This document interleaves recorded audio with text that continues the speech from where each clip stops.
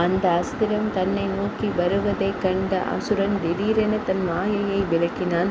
அவனது முகம் நடுங்கத் தொடங்கியது. உடல் விறைத்து போனது. அவன் பதற்றமடைந்தான். அப்போது சிறந்த அஸ்திரத்திற்கான மந்திரத்தால் சக்தியூட்டப்பட்டு பிறை போன்ற முனையை கொண்ட அந்த அம்பு பெரும் போரின் நடுவே தேவேந்திரனின் வில்லிலிருந்து பாய்ந்து தன் ஒளி வீசும் உடலால் நண்பகல் சூரியனுக்கு நிகராக திகழ்ந்தது. அது ஜம்பனின் தலையை அவனது காதணிகளுக்கு சேர்த்து அறுத்து வீழ்த்தியது. அத்தலை உயர்ந்து நின்ற கிரீடத்தின் ஒளியையும் நறுமணம் கமழும் மலர்களின் வாசனையையும் கொண்டிருந்தது. அதன் கூந்தல் எங்கும் புகையை பரப்பும் நெருப்பின் ஒளியைப் போல திகழ்ந்தது. தேவேந்திரனால் ஜம்பன் கொல்லப்பட்ட போது தேவர்கள் அவனை பெரிதும் புகழ்ந்தனர். பகவான் வாசுதேவனும் நன்று நன்று என்று பாராட்டினார். ஜம்பன் கொல்லப்பட்டதை கண்டதும் முன்னணி தானவர்கள் தங்கள் நம்பிக்கைகளும் லட்சியங்களும் தகர்ந்த நிலையில் பின்வாங்கினர். அவர்கள் அனைவரும் தாரகனிடம் ஓடிச் சென்றனர். அவர்கள் பயந்திருப்பதை கண்டதும் அவர்களில் 4 முன்னணி தானவர்கள் கொல்லப்பட்டதை அறிந்ததும் அவன் தேரோட்டியை நோக்கி போருக்காக தேவேந்திரனை நோக்கி விரைவாக செல் என்று ஆணையிட்டான். அப்படியே ஆகட்டும் என்று கூறி தாரகன் தேரில் அமர்ந்ததும் தேர் முன்னோக்கி சென்றது. தானவர்களின் தலைவன் செருக்கு கோபம் கர்வம் மற்றும் வீரத்தை வெளிப்படுத்தி கொண்டும் பிறரை அவமதிக்கும் மற்றும் இகழும் மனப்பான்மையுடனும் புறப்பட்டான். 1000 கருட உருவங்கள் பொருத்தப்பட்ட தனது தேரில் அவன் ஏறினான். அதில் அனைத்து ஆயுதங்களும் நேர்த்தியாக அடுக்கப்பட்டிருந்தன. அது பலவிதமான அஸ்திரங்களால் நன்கு பாதுகாக்கப்பட்டிருந்தது. 3 உலகங்களின் அனைத்து செல்வ வளங்களையும் அது கொண்டிருந்தது. கல்பத்தின் முடிவில் உலகை அளிக்கும் சக்தியை கர்ஜனையை போன்ற முழக்கத்தை அது எழுப்பியது. அவன் பெரும் படையுடன் சென்றான். அவன் திசைகள் அனைத்தும் அதிரும் வகையில் முழங்கினான். அவனை கண்டதும் 1000 விழிகளை உடையவனான தேவேந்திரன் தனது வாகனமான யானையை விட்டுவிட்டு மாதலியால் தயார் செய்யப்பட்டிருந்த தேரில் ஏறினான். அத்தேர் காய்ச்சிய பொன்னால் நன்கு அலங்கரிக்கப்பட்டிருந்தது. 4 யோஜனை தூரம் வரை பறந்து விரிந்திருந்தது. சித்தர்களின் கூட்டங்கள் அதற்கு அழகு சேர்த்தன. கந்தர்வர்களும் கிண்ணறர்களும் அதில் பாடல்களை பாடினர். தேவமங்கையர் தங்கள் நடனங்களால் அங்கு ஆரவாரத்தை உண்டாக்கினர். அது அனைத்து வகையான ஆயுதங்களையும் கொண்டு எதிரிகளை எதிர்க்கும் வல்லமை பெற்றிருந்தது. சிறந்த ரத்தினங்களாலும் ஆபரணங்களாலும் அது நன்கு பதிக்கப்பட்டிருந்தது. திக்பாலகர்கள் தங்கள் கவசங்களை அணிந்து கொண்டு அத்தேரை எல்லா பக்கங்களிலிருந்தும் சூழ்ந்தனர். கருட கொடியை ஏந்திய இறைவனுடன் திருமாலுடன் இணைந்து அவர்கள் அத்தேரை சுற்றி நின்றனர். அப்போது பூமி அதிர்ந்தது. மருதர்களின் காற்று தேவர்களின் கூட்டங்களுடன் சேர்ந்து கடுமையான காற்று வீசியது. 7 கடல்களும் கொந்தளித்து அலை மோதின. சூரியனின் ஒளி மங்கி அழிந்தது. அப்போது ஏவுகணைகள் ஜொலித்தன. வாகனங்கள் குலுங்கின. பின்னர் அனைத்தும் மேலே உயர்த்தப்பட்டன. அப்போது தாரகன் கண்ணுக்கு தெரிந்தான். ஒரு பக்கம் தாரகன் இருந்தான். மறுபக்கம் தேவர்களின் சுரர்களின் கூட்டங்கள் இருந்தன. ஒரு பக்கம் அனைத்து உலகங்களின் அழிவும் மறுபக்கம் உலகின் உயர்வும் இருந்தன. அசையும் மற்றும் அசையாத அனைத்து உயிரினங்களும் அச்சமும் கலக்கமும் அடைந்தன. அந்த மோதலில் குந்திபுத்திரனே அர்ஜுனா, தேவர்கள் இவ்வாறு புகழ்ந்தனர்: அஸ்திரங்கள், ஒளிவீச்சு, செல்வம், வீரர்கள், புகழ், வலிமை, வீர செயல்கள், உள்ளார்ந்த ஆற்றல் மற்றும் வல்லமை இவை அனைத்தும் எங்கள் தவத்தின், அதாவது தேவர்கள் மற்றும் அசுரர்களின் தவத்தின் பலன்களே ஆகும். நெருப்பை போன்றும் வளைந்த கணுக்களை கொண்டதாகவும் இருந்த சிறந்த அம்புகளால் தங்களை நோக்கி வந்த தாரகனை தேவர்கள் தாக்கினர். தேவர்களின் அம்புகளால் தன் மார்பில் ஏற்பட்ட காயங்களை பொருட்படுத்தாமல் அந்த மாபெரும் அசுரன் தைத்தியன் வானம், திசைகள் மற்றும் பூமி முழுவதையும் தன் அம்புகளால் நிரப்பினான். அந்த அசுரன் நாராயணனை 70 அம்புகளாலும், குதாசனனை அக்னி தேவனை 90 அம்புகளாலும், வாயு தேவனின் மாருதன் தலையில் 10 அம்புகளாலும், யவனை 10 அம்புகளாலும், தனதனை குபேரன் 70 அம்புகளாலும், வருணனை 8 அம்புகளாலும், நிருதியை 28 அம்புகளாலும் தாக்கினான். பின்னர் உடலின் முக்கிய உயிர் நிலைகளை தாக்கி பிளக்கும் 10 அம்புகளால் அவர்கள் ஒவ்வொருவரையும் காயப்படுத்தினான். அதன் பின் மாதலியின் மீது 3 அம்புகளை எய்தான். கருடனை 10 அம்புகளாலும், எருமையை 9 அம்புகளாலும் தாக்கினான். அதன் பின்னர் வளைந்த கணுக்களை கொண்ட அம்புகளால் தேவர்களின் கவசங்களை எள் விதைகளைப் போல சிறு துண்டுகளாக உடைத்தான். அவர்களின் வில்லுகளையும் பிளந்தான். அதன் பின் கவசங்களும் வில்லுகளும் இழந்த தேவர்கள் மிகுந்த துன்பத்திற்குள்ளாயினர். அவர்கள் வேறு வில்லுகளை எடுத்து அம்புகளை எய்வதற்குள் அந்த அசுரன் தானவன் கொடிய நெருப்பை போன்ற ஒளி வீசும் ஒரு அம்பை பூட்டி சக்கரனின் தேவேந்திரனின் மார்பில் தாக்கினான். அவனும் பதிலுக்கு அம்புகளை எய்தான். பிறகு அந்த அசுரன் வானத்தை அண்ணாந்து கண்டபோது 100 சூரியர்களின் வடிவத்தையும் தோற்றத்தையும் கொண்ட கருடனையும் விஷ்ணுவையும் கண்டான். அவர்கள் மீது 2 அம்புகளை எய்தான். அதனால் அவர்கள் மயக்கமடைந்தனர். கூர்மையான அம்புகளால் யமன், அக்னி, வருணன் மற்றும் நிருதி ஆகியோரின் உடல்களை அச்சமடையச் செய்து மயக்கமடையச் செய்தான். அவன் அம்புகளை ஒன்று திரட்டி அவற்றின் மூலம் வாயு தேவனின் மூச்சடைக்கச் செய்தான்.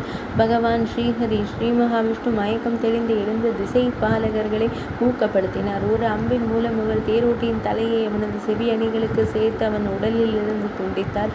தீயவற்றின் வருகையை அறிவிக்கும் அந்த தூமகேதுவின் வால் நட்சத்திரத்தின் மீது கடும் சினம் கொண்ட வாசவன் தேவேந்திரன் அவனது கொடி கண்பத்தை வெட்டி வீழ்த்தி அவனது கொடியையும் கீழே விழச் செய்தார். மேலும் தைத்தியர்களின் அரசனின் கிரீடத்தையும் பிளந்தார்.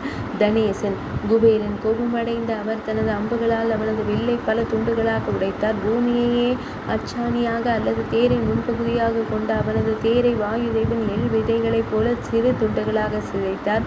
போரின் போது நிறுத்தி தனது அம்புகளால் அவனது கவசத்தை எள் விதைகளைப் போல சிறு துண்டுகளாக உடைத்தார். இணையற்ற இச்செயலை செய்த பின்னர் வாசுதேவர் உள்ளிட்ட தேவர்கள் தங்கள் உதடுகளை நாவால் நனைத்தவாறே நெல் நெல் என்று கூச்சலிட்டனர். தேவர்களின் இச்செயலை கண்ட இணையற்ற வீரம் கொண்ட தாரகன் போரின் போது 1000 விழிகளை கொண்ட தேவேந்திரனை நோக்கி ஒரு பயங்கரமான கதாயுதத்தை வீசினான். தடுக்க முடியாத அந்த கதாயுதம் வருவதை கண்ட பாகாசுரனை அழித்தவர் தேவேந்திரன் தேரிலிருந்து குதித்து பூமிக்கு இறங்கினார். கடுமையான ஓசை எழுப்பிய அந்த கதாயுதம் தேரின் உட்பகுதியில் வந்து விழுந்தது. அது தேரை சின்னாபின்னமாக உடைத்தது. ஆனால் மாதலி இறக்கவில்லை. அந்த அசுரன் கூர்மையான ஈட்டி ஒன்றை எடுத்து கேசவனின் மார்பில் தாக்கினான். அவன் கருடனின் தோளில் தாக்கினான். ஆனால் கருடன் கீழே அமர்ந்து உணர்விழந்தான். அவன் வாளால் ராட்சசேந்திரனை நிறுத்தியை வெட்டி கீழே விழச் செய்தான்.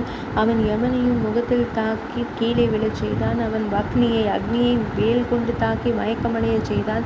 அவன் தன் காலால் வாயுவை இழுத்து கீழே விழச் செய்தான். அவன் தன் வில்லின் முனையால் தனேசனை குபேரனை ஆவேசமாக தாக்கினான். சிறு காலத்திற்குள்ளாகவே சிறுவர்களின் அறியாமையை அவர்களின் சொந்த வாதங்களை கொண்டே ஒரு குரு நீக்குவதைப் போல தேவர் கூட்டங்கள் ஒவ்வொன்றையும் அவர்களின் சொந்த ஆயுதங்களை கொண்டே அவன் கொன்றான். உணர்வு திரும்ப பெற்று பகவான் ஸ்ரீ மகாவிஷ்ணு முன்னணி தானவர்களின் ரத்தம் கொழுப்பு மற்றும் ஊன் ஆகியவற்றால் பூசப்பட்டிருந்த தடுக்க முடியாத தனது சக்கராயுதத்தை கரத்தில் எடுத்தார். கேசவர் அதை அந்த முன்னணி தானவனின் மார்பில் மிக வேகமாக ஏவினார். சூரியனின் ஒளியை கொண்டு அந்த சக்கரம் அந்த தைத்தியன் மீது விழுந்தது.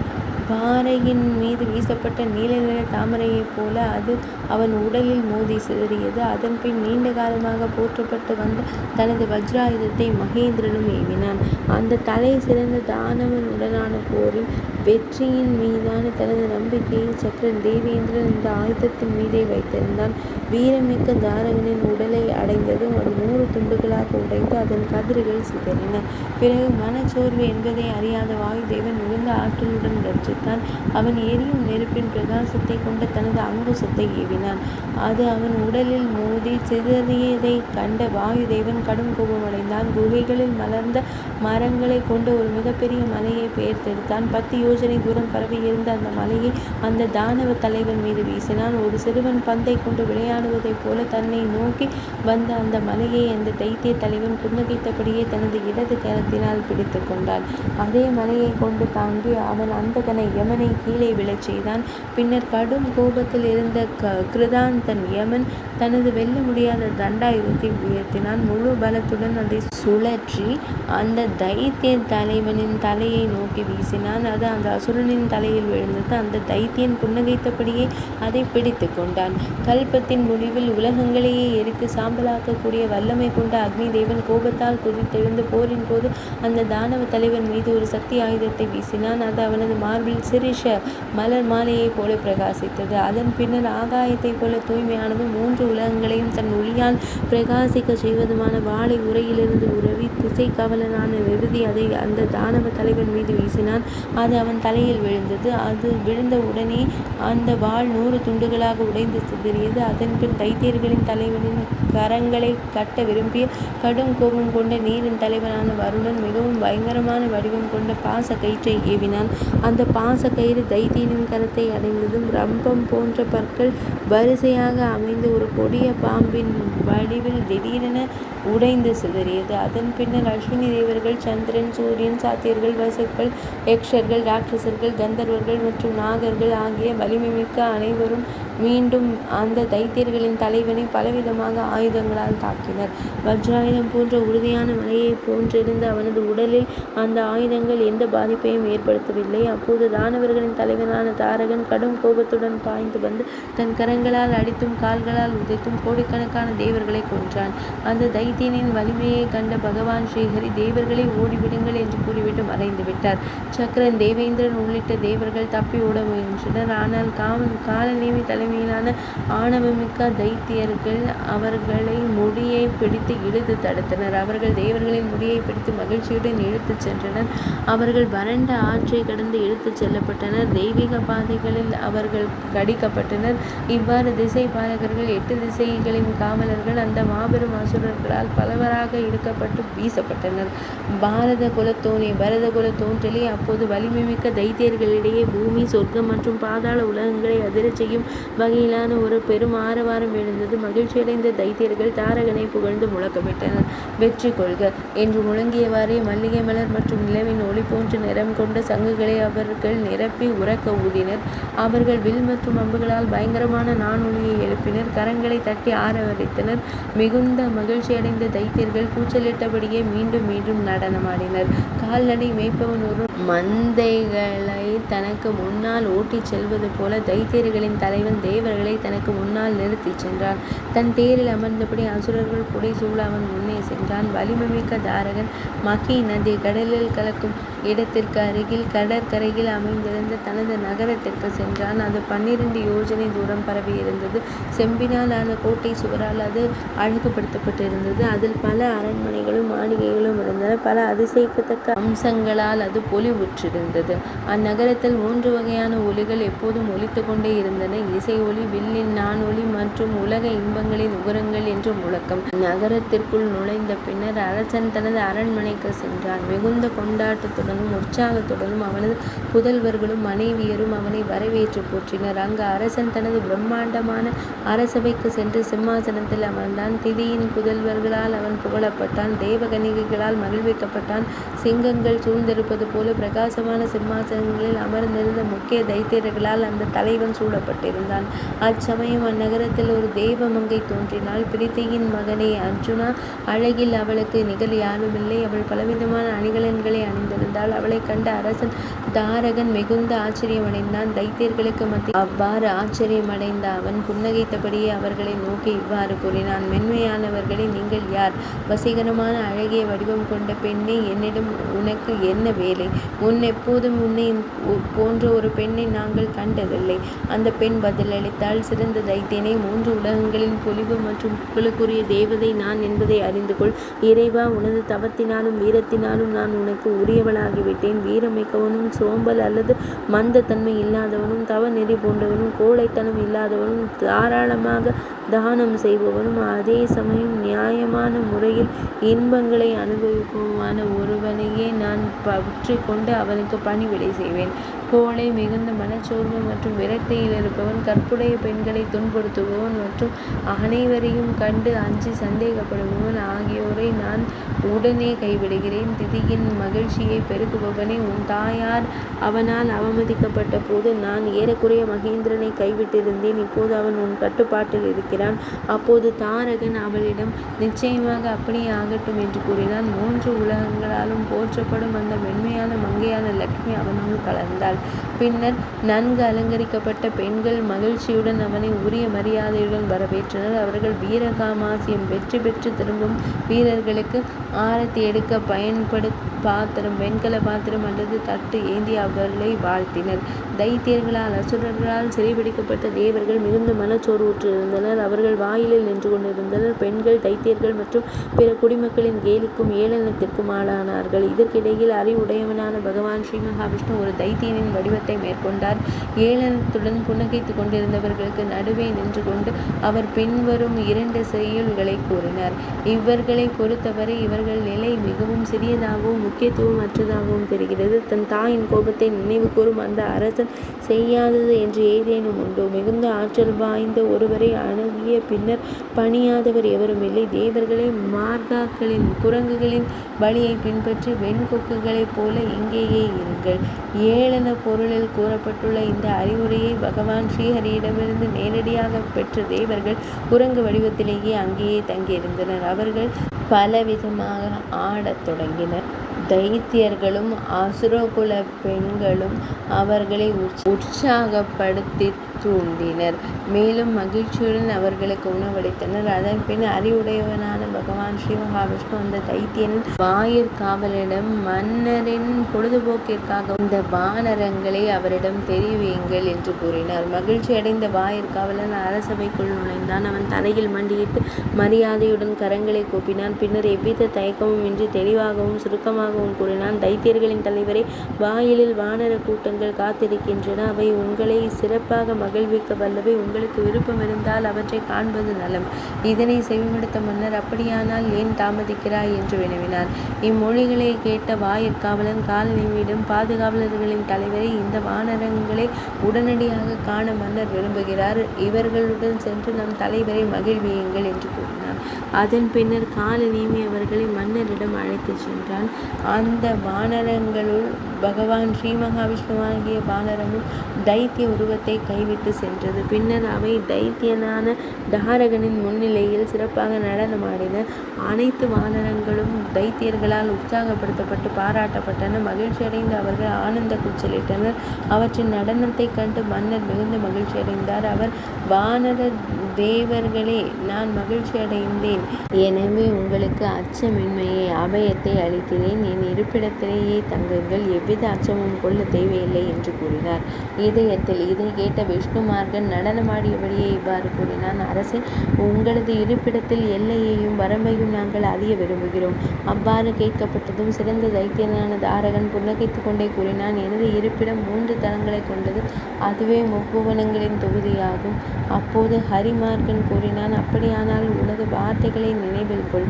அரசே, இந்த மார்க்கர்களை குரங்கு வடிவத்தினரை எவ்வித அச்சமும் இன்றி 3 உலகங்களிலும் சுற்றி திரியட்டும். அரசே, 100 அஸ்வமேத யாகங்களை செய்வதை விட மிகவும் சத்தியத்தை கடைபிடிப்பதே மேலானது. இது அறத்தை நினைவில் கொண்டு தைத்தியர்களின் தலைவரே, உன் சொற்களை மெய்யாக்குவாயாக. அப்போது மிகுந்த ஆச்சரியமடைந்த அந்த தைத்தியன் பின்வருமாறு கூறினான். நன்று குரங்கே, நீ மிகுந்த ஞானம் படைத்தவன். உண்மையை சொல், நீ யார்?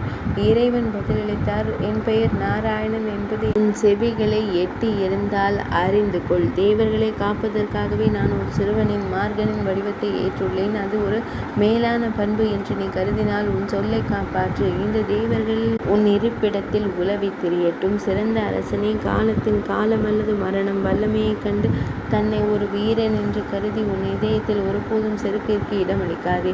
மக்கள் அடுத்தடுத்து இறங்கும் போது அவர்களை கொல்பவர் என்று யாரும் இருப்பதில்லை. வெறுப்பாளர் ஒருவர் தானே அதற்கு காரணம் என்று நினைப்பது வெறும் அறியாமையே ஆகும். உரிய காலத்தில் துன்பங்கள் அல்லது விபத்துக்கள் யாரைத்தான் அணுகுவதில்லை. அவை முனிவர்கள், தேவர்கள், வலிமை மிக்க அசுரர்கள், முதியவர்கள், வேதங்களின் முத்தொழில் அல்லது 3 வித்தியைகளில் தேர்ச்சி பெற்றவர்கள் மற்றும் காட்டில் வாழும் துறவிகள் ஆகியோரையும் பாதிக்கின்றன. இது காலத்தின் வல்லமையை தவிர வேறு எந்த செயல்பவரின் அல்லது காரணியின் வலிமையும் அல்ல.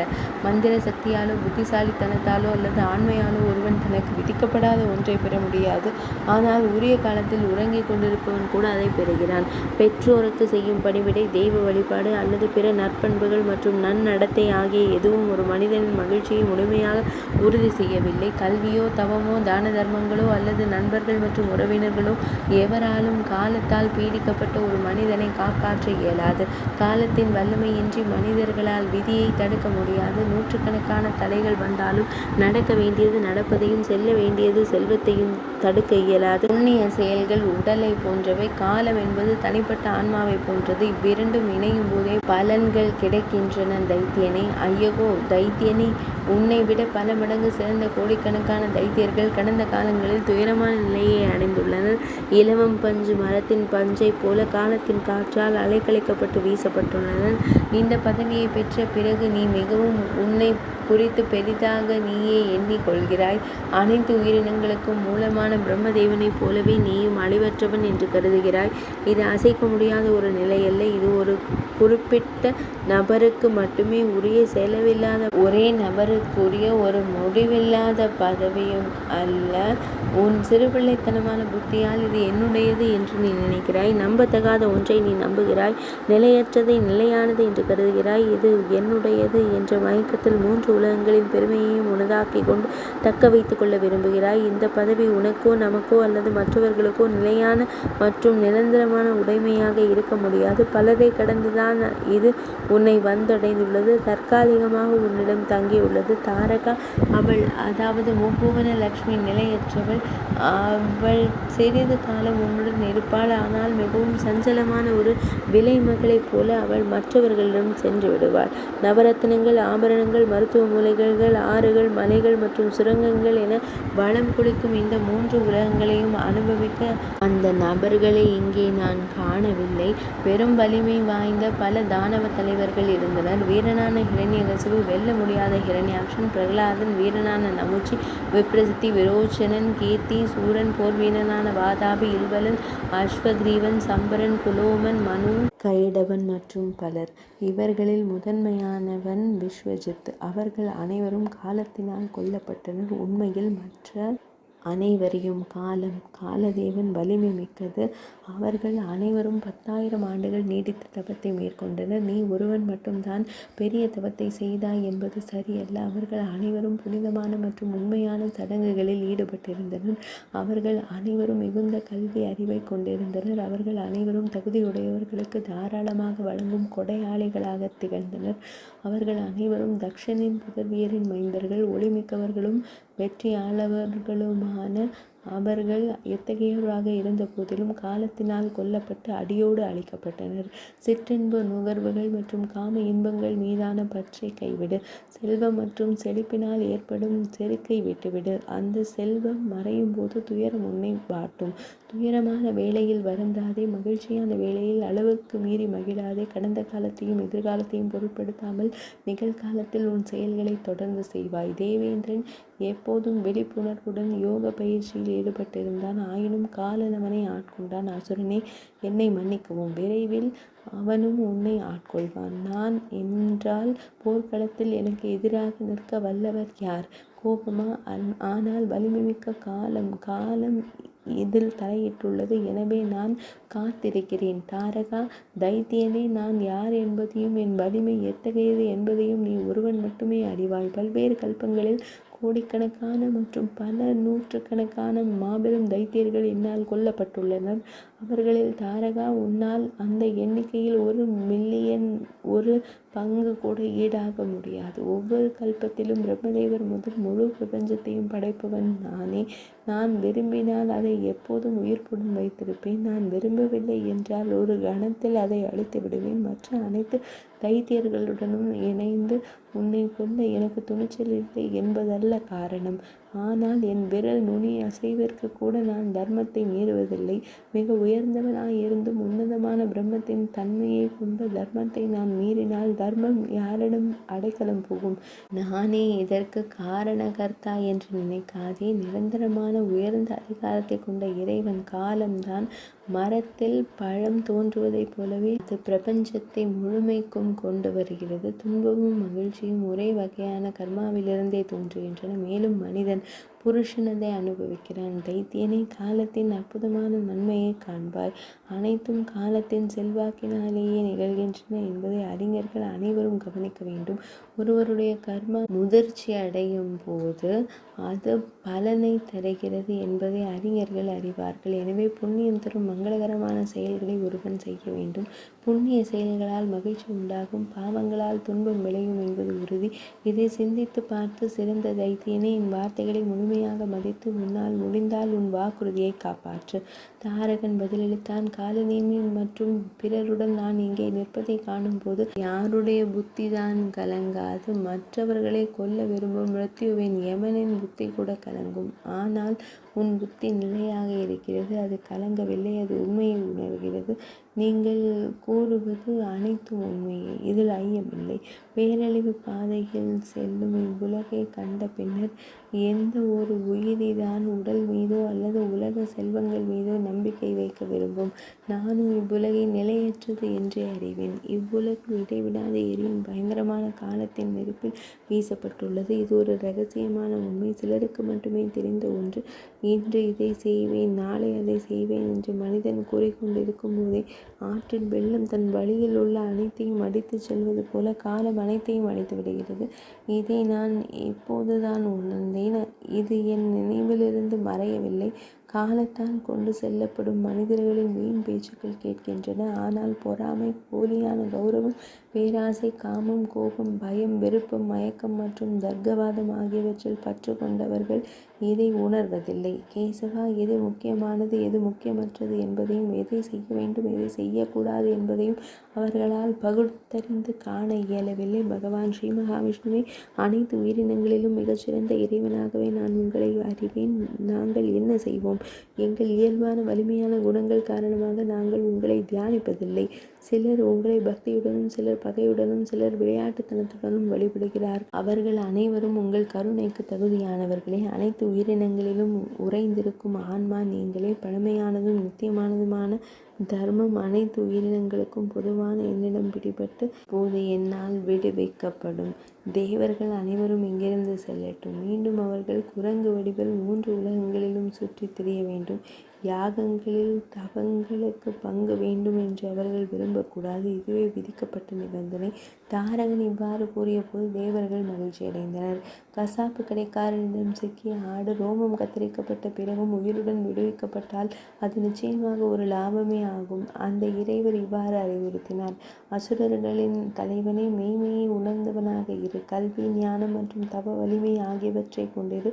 உள்ளங்கையில் உள்ள நெல்லிக்கனியைப் போல காலத்தின் போக்கை நீ தெளிவாக காண வல்லவன்.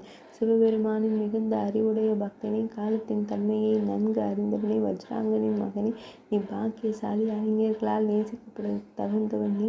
உனது தவ வலிமை நிலைத்திருக்கும் வரை 3 உலகங்களையும் அனுபவித்து வாழ்வாயாக. இந்த நிபந்தனைக்கு உட்பட்டு தேவர்கள் பிரபஞ்சத்தில் உலவுவார்கள். இவ்வாறு கூறிய பின்னர் நாராயண பெருமான் மார்க வானர கணங்கள் சூழ அந்த இடத்திலிருந்து புறப்பட்டு மேருமலையை அடைந்தார். மேருமலையை அடைந்ததும் ஹரி திருமால் பின்வருமாறு கூறினார்: நீங்கள் அனைவரும் பிரம்மதேவரிடம் செல்லுங்கள். அவர் உங்கள் நலனுக்கு ஏற்றதை செய்வார். நிபந்தனைகளை ஒருபோதும் மீறக்கூடாது.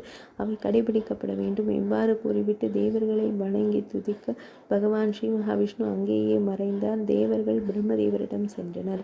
அங்கு சென்ற தேவர்கள் அவரை துதித்தனர். அவரது ஒளி 3 உலகங்களிலும் பிரகாசித்தது. சிவபெருமானின் அருளால் பெரும் செழிப்பை பெற்ற வஜ்ராங்கனின் வீர மற்றும் மகிழ்ச்சி அடைந்தான். அவனே இந்திரனானான். அக்னியின் இடத்தில் நிமி நியமிக்கப்பட்டான். கால நேமி யமனானான். நிருதியின் இடத்தில் ஸ்தம்பன் நியமிக்கப்பட்டான். ஸ்ரீ கௌமாரிகா காண்டத்தின் 21ஆம் அத்தியாயம் இனிதே நிறைவடைந்தது. யானையின் துதிக்கைகளை போன்ற தடிமனான மலை தாரைகளால் பிரபஞ்சம் முழுவதும் நிறைந்தது. ஆக்னேய அஸ்திரம் அடக்கப்பட்டு முறியடிக்கப்பட்டதை கண்ட தேவேந்திரன் இணையற்ற வாயுதேவனுக்குரிய அஸ்திரத்தை ஏவினான். அதனால் மேகங்கள் கலைக்கப்பட்டன. வாயவ்ய அஸ்திரத்தின் ஆற்றலால் மேகக்கூட்டம் கலைக்கப்பட்டதும் வானம் கலக்கம் நீங்கி தெளிவடைந்தது. அது நீல நிற தாமரை இதழ்களின் பொலிவை பெற்றது. அதிகமான வேகத்துடன் வீசிய கடும் காற்றினால் அனைத்து தானவர்களும் நடுங்க தொடங்கினர். அவர்களுள் மிகவும் வலிமை வாய்ந்தவர்களால் கூட போர்க்களத்தில் நிலைத்து நிற்க முடியவில்லை. அப்போது அந்த கடும் காற்றை தடுத்து நிறுத்துவதற்காக ஜம்பன் 10 யோஜனை தூரம் பரவியிருக்கும் ஒரு மலையாக உருவெடுத்தான். மலை வடிவம் கொண்ட அந்த தானவ படைத்தலைவன் பலவிதமான மரங்கள் மற்றும் கொடிகளால் சூழப்பட்டும் பல்வேறு அதிசய தன்மைகளை கொண்டவனாகவும் திகழ்ந்தான். அந்த பெரிய தைத்தியன் மலை வடிவத்தை மேற்கொண்டதால் கடும் காற்று அடங்கிய போது சதக்ருது தேவேந்திரன் வைரம் போன்ற உறுதியான தன்மையை கொண்ட அந்த பெரிய அசனியை வஜ்ராயுதத்தை ஏவினான். அந்த அசனி அதன் மீது விழுந்தபோது மலை வடிவில் இருந்த தைத்தியனின் உடலில் அமைந்திருந்த குகைகளும் நீரோடைகளும் சிதைந்து போயின. அதன் பின் மலை வடிவம் கொள்ளும் அந்த பெரிய தானவனின் மாயா சக்தி விலகியது. மலை வடிவம் கொள்ளும் அந்த மாயை முறியடிக்கப்பட்டதும் மிகுந்த செருக்குடைய தானவ தலைவன் மலை போன்ற பிரம்மாண்டமான உருவம் கொண்ட ஒரு பயங்கரமான யானையாக மாறினான். அவன் தேர்களின் படையை மிதித்து நசுக்கினான். தன் தந்தங்களால் தேவர்களை கொன்றான். அந்த தானவன் சிலரை தன் துதிக்கையால் பிடித்து தன் முதுகில் மோதி அடித்தான். அவன் தேவர்களின் படைகளை அழித்து கொண்டிருந்த போது விருத்ராசுரனை கொன்றவனான தேவேந்திரன் யாராலும் தடுக்க முடியாத நரசிம்ம அஸ்திரத்தை ஏவினான். அப்போது மந்திர சக்தியால் ஆயிரக்கணக்கான சிங்கங்கள் வெளிப்பட்டன. அவை ரம்பம் போன்ற கூர்மையான நகங்களை கொண்டிருந்தன. மகிழ்ச்சியில் அவை உரத்த குரலில் ஆரவாரம் செய்து புன்னகைத்தன.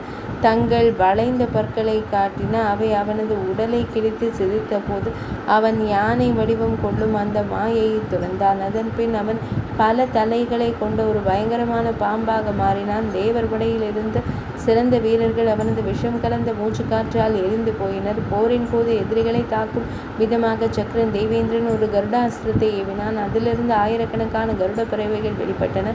பாம்பின் வடிவத்தை எடுத்திருந்த ஜம்பன் மீது அந்த கருட பறவைகள் பாய்ந்தன. அந்த அசுரன் தைத்தியன் துண்டு துண்டாக வெட்டப்பட்டான். அவனது மாயை ஏமாற்றும் மாயை சக்தி அழிக்கப்பட்டது. தனது மாயை முறியடிக்கப்பட்டதும் ஜம்பன் எனும் அந்த பெரிய அசுரன் சந்திரன் மற்றும் சூரியன் இருக்கும் மண்டலம் வரை உயர்ந்து நிற்கும் இணையற்றதொரு வடிவத்தை எடுத்தான். கண்களை உருட்டியபடி அவன் முதன்மையான தேவர்களை சுரர்களை விழுங்க முற்பட்டான்.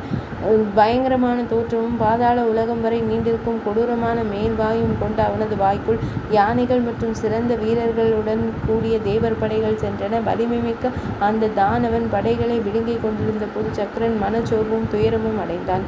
ஏற்கனவே களைப்படைந்திருந்த தனது வாகனத்தை ஐராவதத்தை அவன் செலுத்திக் கொண்டிருந்தான். அப்போது அவன் என்ன செய்வதென்று அவனுக்கு தெரியவில்லை. அவன் ஜனார்த்தனரிடம் பகவான் ஸ்ரீ மகாவிஷ்ணுவிடம் இவ்வாறு கூறினான்.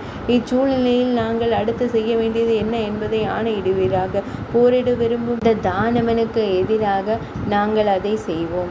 அதன் பிறகு தாராள மனப்பான்மை கொண்ட பகவான் ஸ்ரீஹரி ஸ்ரீ மகாவிஷ்ணு வஜ்ராயுதத்தை ஏந்திய இறைவனிடம் தேவேந்திரனிடம் இவ்வாறு கூறினார். எதிரிகளை கண்டு அஞ்சும் கோழையே, போர் பயங்கரமானதாக இருந்தாலும் இப்போது அதை கைவிடலாகாது. செல்லாதே, குழப்பமும் மயக்கமும் அடையாதே. இறைவனை மிகுந்த மன தூய்மையுடன் நாராயணாஸ்திரத்தை விரைவாக நினைவு கூர்வாயாக.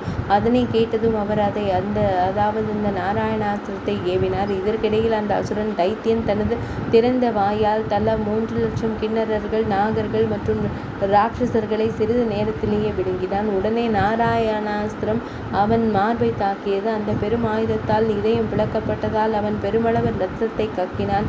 அதன் பின் அவனது தேஜசுடன் ஒளியுடன் சேர்த்து அந்த அசுரனின் உருவமும் அழிந்தது. அப்போது அவன் ஒரு பெரு இடி முழக்கம் போன்ற சிரிப்பை வெளிப்படுத்திவிட்டு மறைந்து போனான். கண்ணுக்கு தெரியாத உருவத்தில் வானத்தில் நின்றபடி அந்த அசுரன், தலை சிறந்த அசுரன், தேவர்களின் படைகளை அழிக்கும் வல்லமை கொண்ட சஸ்திராசனி வஜ்ராயுதம் போன்ற ஆயுதம் எனும் ஆயுதத்தை ஏவினான்.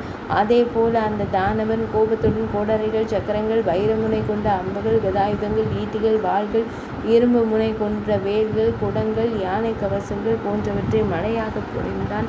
அவை அழிக்க முடியாதவையாகவும் தீர்ந்து போகாதவையாகவும் இருந்தன. தேவர் படைகள் மீது அந்த தானவன் ஏவிய பயங்கரமான ஆயுதங்களால் பூமி நிரம்பியது. மேலும் அது ஆயுதங்கள், காதணிகள், அணிந்த தலைகள், யானையின் துதிக்கை போன்ற தொடைகள், மலைக்கு நிகரான கம்பீரமான யானைகள், அச்சுத்தண்டு, சக்கரம், தேர்ப்பாகம் ஆகியவை உடைந்த தேர்கள் மற்றும் தேரோட்டிகள் ஆகியவற்றாலும் நிறைந்திருந்தது. சதையும் இரத்தமும் சேர்ந்து ஒரு பெரும் சேற்றை உருவாக்கியதால் பூமி கடந்து செல்ல முடியாததாக மாறியது. தேவர்கள் பெரும்படை ஒரு நதியைப் போல ஓடியது. அதில் இரத்தம், சுழல்கள், ஆழமான சுழல் நீரோட்டங்களையும் உருவாக்கியது. யானைகளில் பிரம்மாண்டமான உடல்கள் பாறாங்கற்களாக தெரிந்தன. மேலும் தலையற்ற உடல்கள் அங்கு நடனமாடின. நதிகள், கழுகுகள் மற்றும் காகங்களுக்காகவே பெருமகிழ்ச்சியை அளித்தது. இரத்தத்தை குடித்த பின்னர் இரத்தம் சொட்டும் இறைச்சியை பிசாசு இனத்தினர், பூதங்கள் அங்கங்கே சிதறடித்தனர். அவர்கள் எவ்வித அதீத பரபரப்பும் இல்லாத தங்கள் மனைவிகளுடன் நடனமாடி கொண்டிருந்தனர். யானைகளின் நெற்றி குண்டுகளின் கும்பஸ்தலங்கள் இந்த முத்துக்களுடன் குதிரைகளின் கொம்புகளையும் பிசாசு சேகரித்த போது ஒரு செருக்குமிக்க மனைவி கோபமடைந்தாள். அவர்களில் சிலர் தங்கள் காதணிகளை கண்டு மகிழ்ந்தனர். மற்றவர்கள் அவர்கள் மிகுந்த கோபத்தில் இருந்தனர். காதணிகள் அணிந்த நிபுணர்கள் பல வழிகளில் அவர்களை சமாதானப்படுத்தினர். சிலர், தேவர்களே, தைத்தியர்களே, நாங்கள் உங்களை வேண்டுகிறோம். எங்களை மகிழ்விப்பதற்காக கல்பகாலம் முடியும் வரை நீங்கள் இப்படியே போரிட வேண்டும் என்று கூறினர். வேறு சிலர், இவன் ஒரு தைத்தியன், சதை பிடிப்பு மிக்கவன், இவன் அதிக சதை கொண்ட தேவன், போரில் இவன் இறந்தால் படைப்பு கடவுளுக்கு கேட்காமலேயே பல காணிக்கைகளை நாங்கள் அளிப்போம் என்று பேசினர். வீரர்கள் போரிட்டு கொண்டிருந்த போது சிலர் பிசாசுகள் தங்கள் வாயின் ஓரங்களை நக்கத் தொடங்கினர். சிலர், இந்த நுரை பொங்கும் நீரை வைத்தே அந்த ஆள் தீயவனா அல்லது நல்லவனா என்பதை நாங்கள் அறிந்து கொள்வோம் என்று கூறினர். மதப்பற்றுள்ள சிலர் அந்த இரத்த ஆற்றின் கரையில் இருந்த புனிதமான இரத்தம் மற்றும் சதையினை கொண்டு பித்ருக்களுக்கும் தேவர்களுக்கும் தர்ப்பணச் சடங்குகள் செய்தனர். அவர்களில் சிலர் இறைச்சி குவியல்கள் மீது அமர்ந்திருந்தனர். ஆனால் மற்றொருவரின் கையில் ஒரு துண்டு இறைச்சியை கண்டதும் கஞ்சத்தனம் கொண்ட செல்வந்தர்களைப் போலவே எனக்கு கொடு, எனக்கு கொடு என்று உரத்த குரலில் கூச்சலிடத் தொடங்கினர். அவர்களில் சிலர் வயிறார உண்டிருந்தும் மற்றவர்கள் உண்பதை பார்த்தபோது கோபத்துடன் தங்கள் உதடுகளை கடித்து கொண்டு மிகுந்த வெறுப்புடனும் பொறாமையுடனும் அவர்களை கண்டனர். தாங்கள் ஏற்கனவே திருப்தி அடைந்திருந்தும் மற்றவர்களின் செல்வத்தை விரும்பும் மனிதர்களைப் போல உண்ணக்கூடிய அனைத்தையும் தாங்களே பெற விரும்பியதால் சிலர் ஆவேசத்துடன், சிலர் வயிறுகளை தட்டிக்கொண்டு அவர்களை கடிந்து பேசினர். சிலர், இன்றுதான் பிரம்மாவின் படைப்பு போற்றுதலுக்குரியதாக மாறியிருக்கிறது என்று கூறினர். முன்பு அந்த நல்ல விடியலும் சிறந்த நட்சத்திரங்களும் பயனற்றவையாகிவிட்டன. இவ்வாறு போர்க்களத்தில் மாமிசம் உண்ணும் பிசாசுகளின் பல்வேறு பேச்சுகளுக்கும் உரையாடல்களுக்கும் இடையே கண்ணுக்கு தெரியாதவனாக இருந்த ஜம்பன் தனது ஆயுதங்களால் தேவர்களை துகள் துகளாக சிதைத்தான். பின்னர் மிகுந்த வலிமை படைத்த சக்கரன், தேவேந்திரன், தனசன், குபேரன், வருணன், பவனன், வாயு தேவன், அனலன், அக்னி தேவன், யமன் மற்றும் நிருத்தி ஆகியோர் ஒன்றிணைந்து அந்த தானவனை அசுரனை நோக்கி வானில் தெய்வீக ஏவுகணைகளை செலுத்தினர். உயர்ந்த குணம் கொண்ட ஒருவருக்கு தீங்கு விளைவிக்க கொடூர மனம் படைத்தவர்கள் செய்யும் 100 செயல்கள் எப்படி பயனற்று போகின்றனவோ அதே போல அந்த தானவனை நோக்கி தேவர்கள் செலுத்திய ஏவுகணைகளும் பயனற்று போயின. சோர்வடைந்த தைத்தியர்களும் தேவர்களும் அவன் எங்கே சென்றான் என்பதனை அறியவில்லை. தைத்தியனின் ஏவுகணையால் தேவர்களின் உடல் உறுப்புகள் அனைத்தும் துளைக்கப்பட்டு பிளக்கப்பட்டன. குளிரால் வாடிய பசுக்களைப் போல ஐயகோ இனி என்ன நேருமோ என்று புலம்புவாரே அவர்கள் ஒருவரை ஒருவர் ஒட்டி கொண்டு நின்றனர். சூழ்நிலையை கண்ட பகவான் ஸ்ரீஹரி திருமால் தேவேந்திரனிடமும் தேவர்களிடமும் இவ்வாறு கூறினர். தேவர்களின் அரசனே, அகோர மந்திரத்தை நினைவு கூறுவாயாக. அந்த மந்திரத்தின் ஏவுகணைக்கு பாசுபத அஸ்திரத்துக்கு இணையான ஆற்றலும் வல்லமையும் உண்டு. மகிழ்ச்சி அடைந்த ருத்ரனால் அது எனக்கு வழங்கப்பட்டது. அது ஒருபோதும் முறியடிக்கப்பட்டதில்லை. மேலும் அது சிறந்த வீரர்களை தாக்கி வீழ்த்தக்கூடியது. பகவான் ஸ்ரீஹரியால் இவ்வாறு அறிவுறுத்தப்பட்டு தூண்டப்பட்ட சக்கரன் ரிஷப கொடியை உடைய சிவபெருமானை வணங்கினான். பின்னர் தெய்வீக போரில் பெரிதும் போற்றப்பட்டதும் எதிரிகளை அழிக்க வல்லதுமான பிறை வடிவ முனையை கொண்ட அம்பை அவன் இக்கரத்தினில் எடுத்தான். அறிவுடைய அந்த தேவேந்திரன் அதை தனது வெள்ளற்கரிய வில்லில் பூட்டி அகோர மந்திரத்தால் அதை சக்தியூட்டினான். பின்னர் தவறான கதிர்களை கொண்ட அந்த அம்புடன் வில்லின் நாணை தனது செவிவரை இழுத்து அவனை கொல்வதற்காக அதை விரைவாக செலுத்தினான். அதனை கண்ட ஸ்ரீ கௌமாரிகா காண்டம் 21ஆம் அத்தியாயம். போரில் தாரகனின் வெற்றி. நாரதர் கூறினார். அவனது கொடியும் வில்லும் சிதைந்து அழிந்த நிலையில் அவன் ஓடுவதையும் தைத்தியர்கள் அசுரர்கள் மகிழ்ச்சி அடைவதையும் கண்ட தேவேந்திரன் என்ன செய்வது என்று தெரியாமல் திகைத்து நின்றான். தேவர்களின் தலைவனான தேவேந்திரன் மிகுந்த அவசரத்துடன் பகவான் ஸ்ரீ மகாவிஷ்ணுவை அணுகினான். பின்னர் உற்சாகத்தை ஊட்டும் வகையிலான இனிய சொற்களை அவரிடம் பகவான் ஸ்ரீ மகாவிஷ்ணுவிடம் கூறினான். இறைவா, தீய எண்ணம் கொண்ட இந்த தானவர்களுடன் ஏன் விளையாடுகிறீர்கள்? தீயவர்களால் தனது உயிர்நிலைகளுக்கு பலவீனமான இடங்களும் கண்டறியப்பட்டு அல்லது கட்டுப்பாட்டிற்குள் கொண்டு வரப்பட்டு விட்ட ஒரு மனிதன் எவ்வாறு தனது செயல்களை தொடர முடியும்? வலிமையான நபரால் அலட்சியப்படுத்தப்படும் கீழ்மையான மனிதன் அந்த அலட்சியம் தனது வலிமையின் காரணமாகவே என்று தவறாக எண்ணுகிறான். எனவே புத்திசாலியான ஒருவர் கீழ்மையான எண்ணம் கொண்டவனை ஒருபோதும் அலட்சியப்படுத்தலாகாது. தேரில் அமர்ந்திருக்கும் ஒரு வீரன் தனக்கு முன்னால் செல்லும் சிறந்த வீரனின் போர் திறனால் வெற்றி பெறுகிறான் என்று நீங்கள் கருதினால், இறைவா, ஹிரண்யாக்ஷனை கொன்ற போது உங்களுக்கு நண்பராக மற்றொரு உதவியாளராக முன்னால் சென்றவர் யார்? தைத்தியனான ஹிரண்யகசிபு மிகுந்த வலிமையும் ஆணவமும் கொண்டவனாக இருந்தான். ஆனால் உங்களை எதிர்த்த போது நெருப்பில் விழுந்த புல் துண்டை போல அவன் அழிந்து போனான். அப்போது உங்களுக்கு முன்னால் சென்றவர் யார்? முன்னொரு காலத்தில் மது மற்றும் கைடவருக்கு இணையான வலிமை மிக்க தைத்தியர்கள் நெருப்பில் விழும் மின்மினி பூச்சிகளைப் போல உங்களை எதிர்த்து போரிட்டு மரணத்தை அடைந்தனர். பகவான் ஸ்ரீஹரி, ஒவ்வொரு யுகத்திலும் தைத்தியர்கள் உங்கள் கரங்களினால் மரணத்தை அடைந்தனர். அதே போல பகவான் ஸ்ரீ மகாவிஷ்ணு இப்போது அச்சத்தில் உறைந்துள்ள தேவர்களுக்கு, சுரர்களுக்கு நீங்களே ஆதாரமாக இருக்கிறீர்கள். இவ்வாறு தூண்டப்பட்டதும் வலிமை மிக்க கரங்களை கொண்ட பகவான் ஸ்ரீ மகாவிஷ்ணுவின் உருவம், வலிமை, தேஜஸ் மற்றும் ஐஸ்வர்யம் ஆகியவை பெருகின. எதிரிகளை அளிக்கும் அவர் அனைத்து உயிரினங்களுக்கும் ஆதாரமாக திகழ்ந்தார். பின்னர் கேசவன் திருமால் 1000 விழிகளை உடையவனிடம் தேவேந்திரனிடம் புன்னகைத்தவாறே கூறினார். நீ கூறியது உண்மையே. அது என் மனதில் இருப்பது கூட. என்னால் 3 உலகங்களிலும் உள்ள அனைத்து தானவர்களையும் ஒரு கணத்தில் எரித்து சாம்பலாக்க முடியும். ஆனால் தாரகனை 7 நாள் வயதுடைய ஒரு குழந்தை தவிர வேறு யாராலும் கொல்ல முடியாது. மகிஷன் மற்றும் சும்பன் ஆகிய இருவரையும் ஒரு பெண்ணை கொல்ல வேண்டும் என்பது விதி. ஜம்பனை நீயே கொல்வாய் என்று துர்வாசர் அவனுக்கு சாபமிட்டுள்ளார். எனவே மிகுந்த ஆணவம் கொண்ட ஜம்பனை நீ கொல்வாயாக. உன்னை தவிர வேறு எந்த உயிரினத்தினாலும் அந்த தானவனை கொல்ல இயலாது. போரில் நான் உன்னை பாதுகாத்து நிற்க உன் தெய்வீக வலிமையால் பிரபஞ்சத்திற்கு முள்ளாக திகழும் ஜம்பனை அழிப்பாயாக. அமரர்களின் எதிரிகளை அழிப்பவரான பகவான் ஸ்ரீ மகாவிஷ்ணுவின் வார்த்தைகளை செவிமடுத்த 1000 விழிகளை உடைய தேவேந்திரன் தேவர்களின் படை தலைவர்களின் படையை அணிவகுத்து நிறுத்துமாறு ஆணையிட்டான். பின்னர் தேவர்களின் வேண்டுகோளின்படி பகவான் ஸ்ரீ மகாவிஷ்ணு அப்படையை வியூக முறைப்படி அணிவகுத்தார். அனைத்து உலகங்களின் வீரத்தையும் தப வலிமையையும் தன்னில் கொண்ட 11 ருத்ரர்களையும் பகவான் ஸ்ரீஹரி திருமால் படையின் முன்னணியில் நிலைநிறுத்தினார். அவர்கள் ஆல்-ஈட எனும் போர் நிலையை மேற்கொண்டனர்.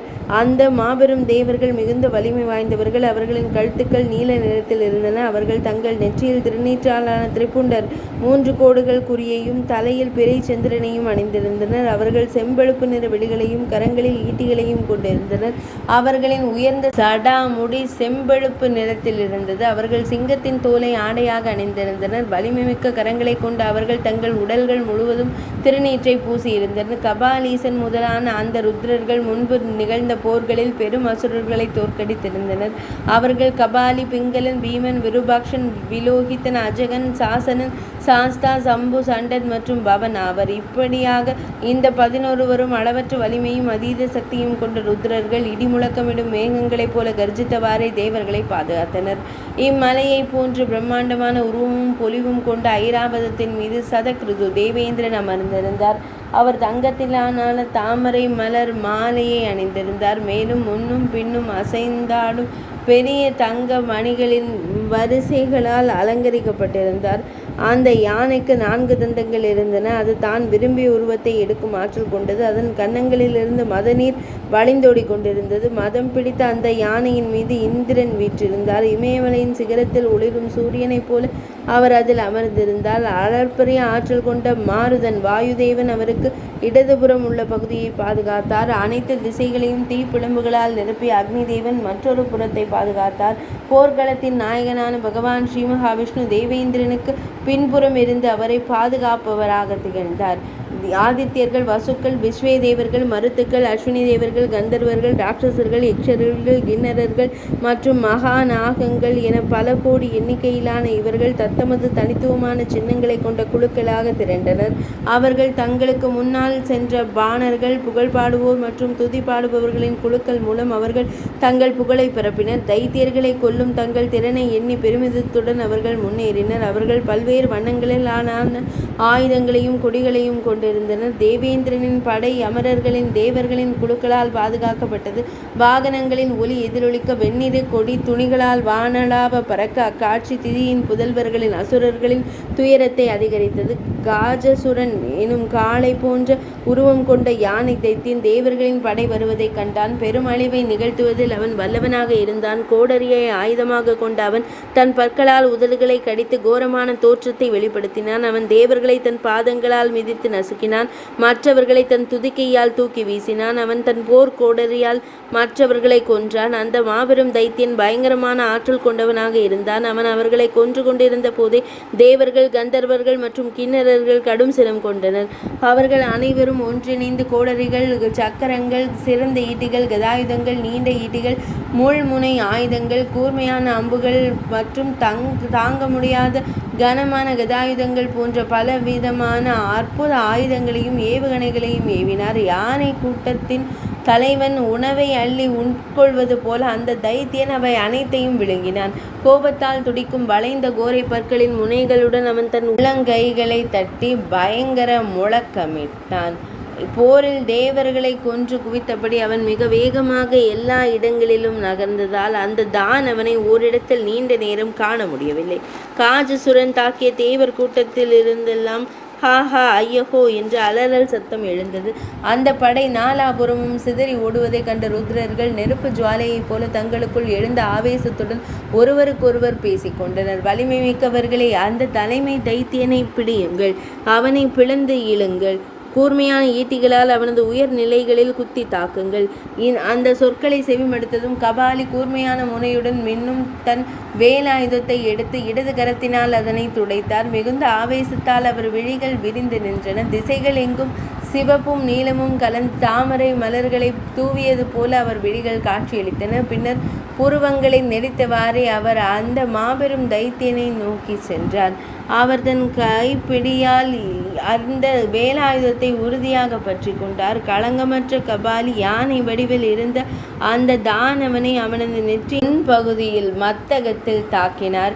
அதைத் தொடர்ந்து மற்ற 10 ருத்திரர்களும் ஒரு பெரிய மலை போன்ற உடலை கொண்ட அந்த மாபெரும் தைத்தியனை தூய இரும்பினால் எஃகு போன்ற வேலாயுதங்களால் தாக்கினர்.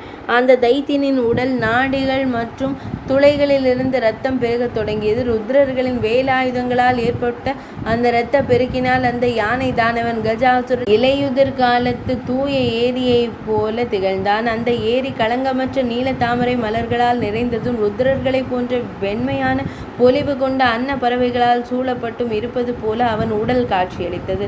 போரின் போது தளிரை போன்று தன் செவிகளை அசைத்தவாறே கஜாசுரன் தன் தந்தங்களால் ஆவேசமடைந்த கபாலி மற்றும் பவன் ஆகியோரின் தொப்புள் பகுதியில் குத்தினான். அவர்கள் 2 ருத்ரர்களுடன் போரிடுவதைக் கண்ட மற்ற 9 ருத்ரர்களும் உடனடியாக தங்கள் அம்புகளாலும் வேலாயுதங்களாலும் தேவர்களின் அந்த எதிரியின் உடலை தாக்கினர். பின்னர் அந்த மாபெரும் அசுரன் கபாலி மற்றும் பவனை விட்டுவிட்டு மிகுந்த வேகத்துடன் அந்த 9 ருத்ரர்களை நோக்கி பாய்ந்தான். அவன் தன் கால்களாலும் துதிக்கையாலும் அவர்களை மிதித்து அழுத்தினான். பின்னர் வேலாயுதன் போரினால் அவர் சோர்வடைந்த போது கபாலி தேவர்களின் எதிரியான அவனது துதிக்கையை பற்றி கொண்டார். மிகுந்த வேகத்துடன் அவர் கஜாசுரனை சுழற்றினார். அந்த தைத்தியன் சோர்வால் தளர்ந்து போனதையும் அவனது உயிர் மெல்ல பிரிவதையும் போரிடுவதில் அவனுக்கு ஆர்வம் குறைந்திருப்பதையும் கண்ட கபாலி தானும் போரில் ஆர்வத்தை இழந்தார். அவர் கஜாசுரன் சுழற்றப்பட்ட போதே அவனது பயங்கரமான தோல் உரிக்கப்பட்டது. உடலின் எல்லா பாகங்களிலிருந்தும் இரத்தம் சொட்டிய போதும் அவன் அதையே தனது ஆடையாக கொண்டான். பின்னர் தேவர்கள் பல துதிப்பாடல்கள் மூலம் அவனை பலவாறாக புகழ்ந்தனர். அவர்கள் அவனிடம் அவனை கொல்பவன் இறப்பான் என்று கூறினர். யானை தோலால் போர்த்தப்பட்ட கபாலியின் சிவனின் வடிவத்தை கண்டு அவர்கள் பயந்து ஓடினர். பலர் அடிபட்டு ஆயிரக்கணக்கில் கீழே விழுந்தனர். இவ்வாறு மிகுந்த வலிமை கொண்ட அந்த தானவ தலைவன் அலைகழிக்கப்பட்ட போது நூற்றுக்கணக்கான துந்துபி முரசுகளின் ஒளியுடன் மதம் பிடித்த யானை ஒன்றின் மீது ஏறி நிமி விரைந்து வந்தான். அவன் தேவர்களின் படைகளை கலக்கினான். நிமியின் யானை எந்த திசைகளை நோக்கி சென்றதோ அந்த திசைகளில் இருந்து தேவர்கள் தங்கள் வாகனங்களுடன் பயத்தில் நடுங்கியபடியே ஓடினர். மேலும் உரத்த குரலில் கூச்சலிட்டனர். அவனது நிமியின் யானையின் வாடையை கண்ட உடனே தேவர்களின் யானைகள் ஓடிவிட்டனர். தேவர்களின் படைகள் ஓடிக்கொண்டிருக்கையில் பாகா அசுரனை அழித்தவனான தேவேந்திரன் திசை பாலகர்கள் 8 திசை காவலர்கள் மற்றும் கேசவனுடன் திருமாலுடன் அங்கேயே நின்றான். அவனது நிமியின் யானை சக்கரனின் தேவேந்திரனின் யானைக்கு அருகில் வந்தடைந்த போது இந்திரனின் யானை பயமடைந்தது. அது பயங்கரமாக பிளிறியது. மிகுந்த முயற்சியுடன் அது அடக்கி வைக்கப்பட்டிருந்தாலும் அது சகோர பறவையைப் போல பயந்து நடுங்கும் நிலையில் நின்றது. அதன் தனது யானை ஓடிய போது அதன் மீது அமர்ந்திருந்த தேவேந்திரன் திரும்பி நின்று அந்த மாபெரும் தானவன் சதக்ருது தனது ஈட்டியால் நிமியின் மார்பில் தாக்கினார். மேலும் தனது இரும்புலக்கையால் அந்த யானையின் கன்னத்தில் மிகுந்த வேகத்துடன் ஓங்கி அடித்தார். அந்த அடியை பொருட்படுத்தாமல் அச்சமற்ற வீரமிக்க நிமி ஒரு சுத்தியலை கொண்டு ஐராவதத்தின் இடுப்பு பகுதியில் தாக்கினார். போரின் போது சுத்தியலால் தாக்கப்பட்டதால் மலை போன்ற உருவம் கொண்ட தேவேந்திரனின் யானை தனது பின்னங்கால்களின் மீது பூமியில் அமர்ந்து சரிந்தது. தேவர்களின் அந்த யானை மிகுந்த சுறுசுறுப்புடன் விரைவாக எழுந்தது. நிமி யானை மிரட்டியதால் அது போர்க்களத்தை விட்டு ஓடியது. அப்போது ஒரு கடுமையான மற்றும் பலமான காற்று வீசி நிமியின் யானையின் முகத்தில் சரளை கற்களையும் தூசியையும் எழுப்பியது. அவன் அஞ்சவில்லை. மாறாக உடலில் இருந்து இரத்தம் வழிந்தபடியும் ஒரு மலையைப் போல உறுதியாக நின்றான். இதனால் அவன் தாதுக்கள் நிறைந்த ஏரிகளை கொண்ட ஒரு மலையை போல தோன்றினான். கணேசன் ஒரு கனமான இரும்புலக்கையை தானவனின் யானையை நோக்கி வேகமாக வீசினான். அந்த இரும்புலக்கை அதன் தலையின் மீது வந்து விழுந்து தாக்கியது. அந்த இரும்புலக்கையின் தாக்குதலால் அந்த யானை மயக்கமடைந்தது. அது மிகுந்த வேகத்துடன் தனது தந்தங்களால் பூமியை மோதி ஒரு மலையைப் போல கீழே விழுந்தது. அந்த யானை கீழே விழுந்தபோது தேவர்களின் படைகளுக்கு இடையே எங்கும் சிங்கத்தை போன்ற பெரும் கர்ஜனை ஒலித்தது. யானைகளின் பிளிரல், குதிரைகளின் கனைப்பு மற்றும் வில்லாளிகளின் கரங்கள் தட்டும் ஓசை ஆகியவற்றால் அந்த ஒலி மேலும் தீவிரமடைந்தது. யானை கொல்லப்பட்டதையும் நிமி போர்க்களத்திலிருந்து விலகிச் சென்றதையும் கண்ட ஜம்பன் திசைகள் எங்கும் எதிரொலித்த தேவர்களை சிங்க கர்ஜனையை செவிமடுத்து மூடப்பட்ட நெருப்பை போல கோபத்தில் கொதித்தெழுந்தான். அதன் பின்னர் கோபத்தால் விழிகள் சிவக்க வில்லில் அம்பே பூட்டியபடி நில் நில் என்று கூர்மையான குரலில் கூறினான். மேலும் தன் தேரோட்டியையும் உற்சாகப்படுத்தினான். வில்லில் அம்பை பூட்டியபடி அவன் வருவதைக் கண்ட சதக்ருது ஒருபோதும் அஞ்சாதவரான அவர் தனது வில்லை உறுதியாக பற்றி கொண்டார். அவர் பிறைச்சந்திரன் போன்ற முனையை கொண்டதும் எண்ணெயால் துடைக்கப்பட்டு நேராக செல்லக்கூடியதுமான ஒரு அம்பை வைத்து கொண்டிருந்தார். அதை கொண்டு பாலன் மற்றும் விருத்ரன் ஆகியோரை அழைத்தவரான தேவேந்திரனின் வில்லை அதிலிருந்த அம்புகளையும் வெட்டி வீழ்த்தினான். உடைந்த அந்த வில்லை தூக்கி எறிந்துவிட்டு தானவர்களுக்கு மகிழ்ச்சியூட்டும் ஜம்பன் மற்றொரு கனமான வில்லை எடுத்தான். அதை கொண்டு எண்ணெயால் துடைக்கப்பட்டு நேராக செல்லும் பாம்பின் வடிவம் கொண்ட அம்புகளை எய்தினான்.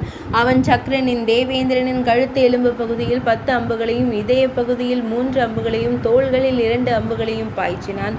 சக்கரன் அந்த மாபெரும் தானவனை நோக்கி அம்புகளை மழையாக பொழிந்தான். சக்கரனின் கரங்களிலிருந்து ஏவப்பட்ட அம்புகள் அவனை சென்றடைவதற்கு முன்பே அவை வானத்தில் இருக்கும் போதே அந்த மாபெரும் தானவன் நெருப்பு ஜுவாலைக்கு நிகரான அம்புகளை கொண்டு அவற்றை 100 துண்டுகளாக வெட்டி வீழ்த்தினான். அதன் பின்னர் மழைக்காலத்தில் மேகங்கள் வானத்தை மூடுவது போல தேவேந்திரன் அந்த தானவர்களின் தலைவனை அம்புகளால் மூடினான். திசைகளில் எவராலும் தடுக்க முடியாத மேக கூட்டத்தை காற்று சிதறடிப்பது போல அந்த தைத்தியனும் கூர்மையான அம்புகளால் சக்கரனை தாக்கினான்.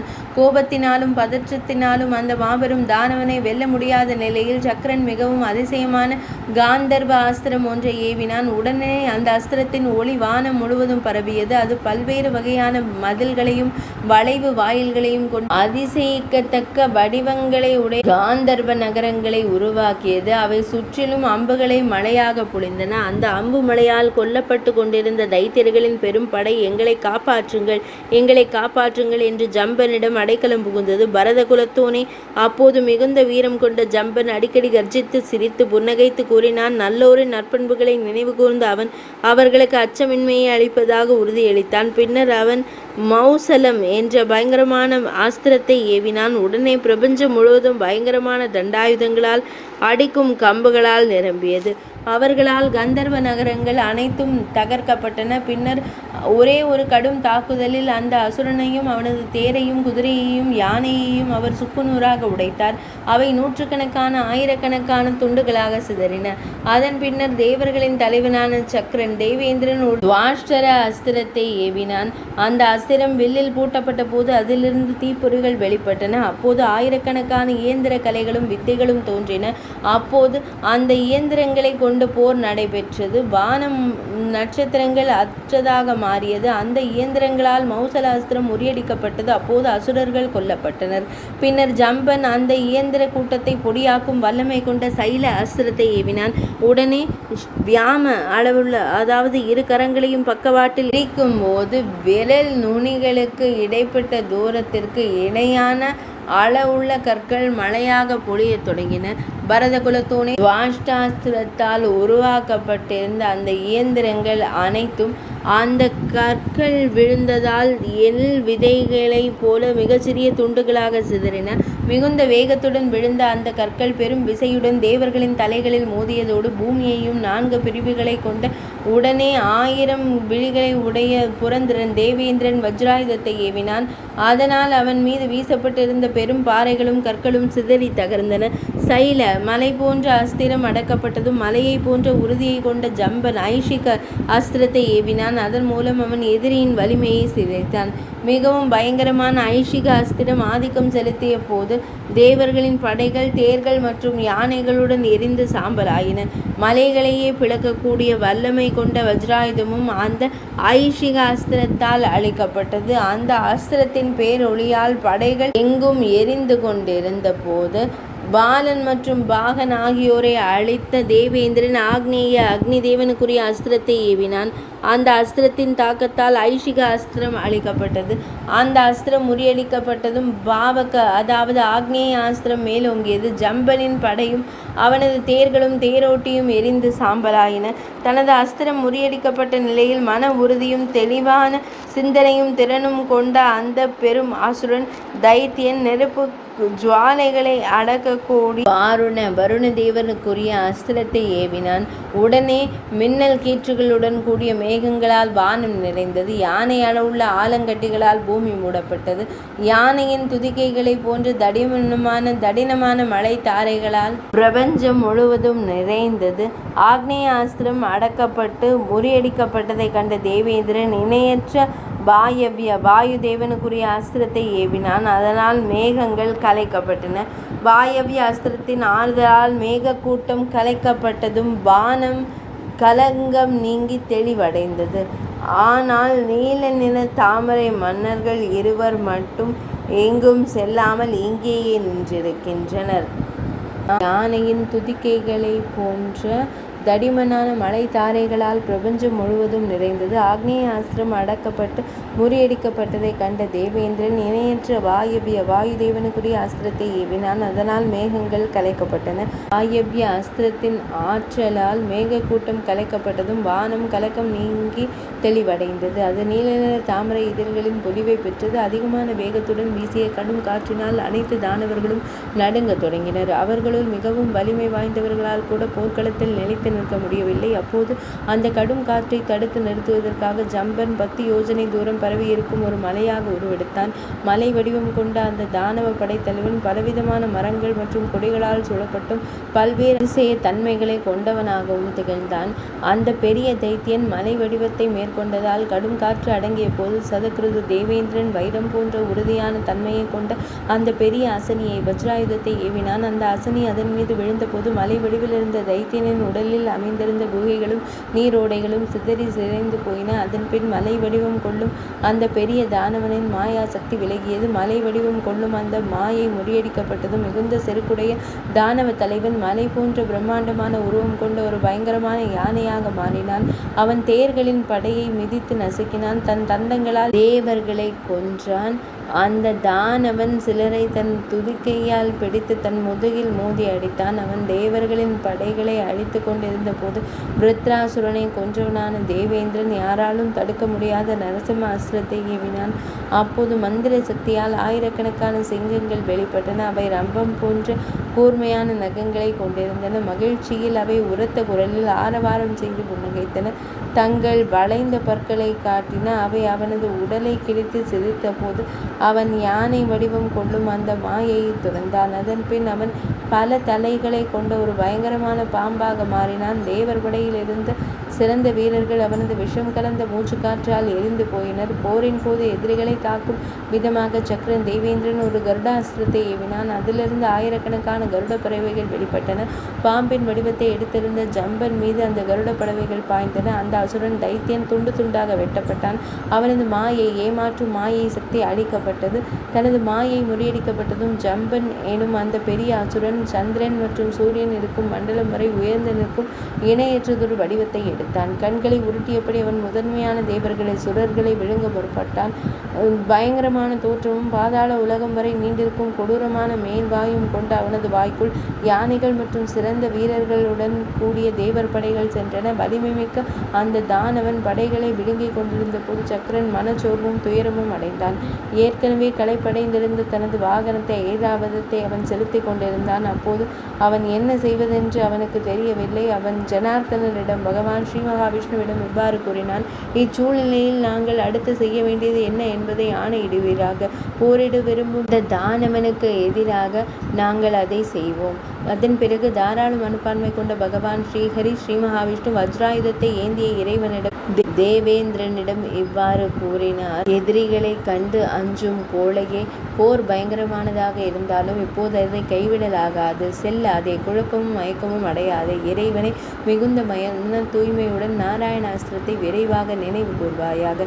அதனை கேட்டதும் அவர் அதாவது இந்த நாராயணாஸ்திரத்தை ஏவினார். இதற்கிடையில் அந்த அசுரன் தைத்தியன் தனது திறந்த வாயால் தலா 3,00,000 கிண்ணறர்கள், நாகர்கள் மற்றும் ராட்சசர்களை சிறிது நேரத்திலேயே விழுங்கினான். உடனே நாராயணாஸ்திரம் அவன் மார்பை தாக்கியது. அந்த பெரும் ஆயுதத்தால் இதயம் பிளக்கப்பட்டதால் அவன் பெருமளவு இரத்தத்தை கக்கினான்.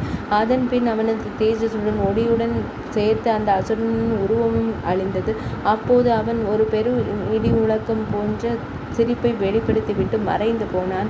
கண்ணுக்கு தெரியாத உருவத்தில் வானத்தில் நின்றபடி அந்த அசுரன், தலை சிறந்த அசுரன், தேவர்களின் படைகளை அழிக்கும் வல்லமை கொண்ட சஸ்திராசனி, வஜ்ராயுதம் போன்ற ஆயுதம் எனும் ஆயுதத்தை ஏவினான்.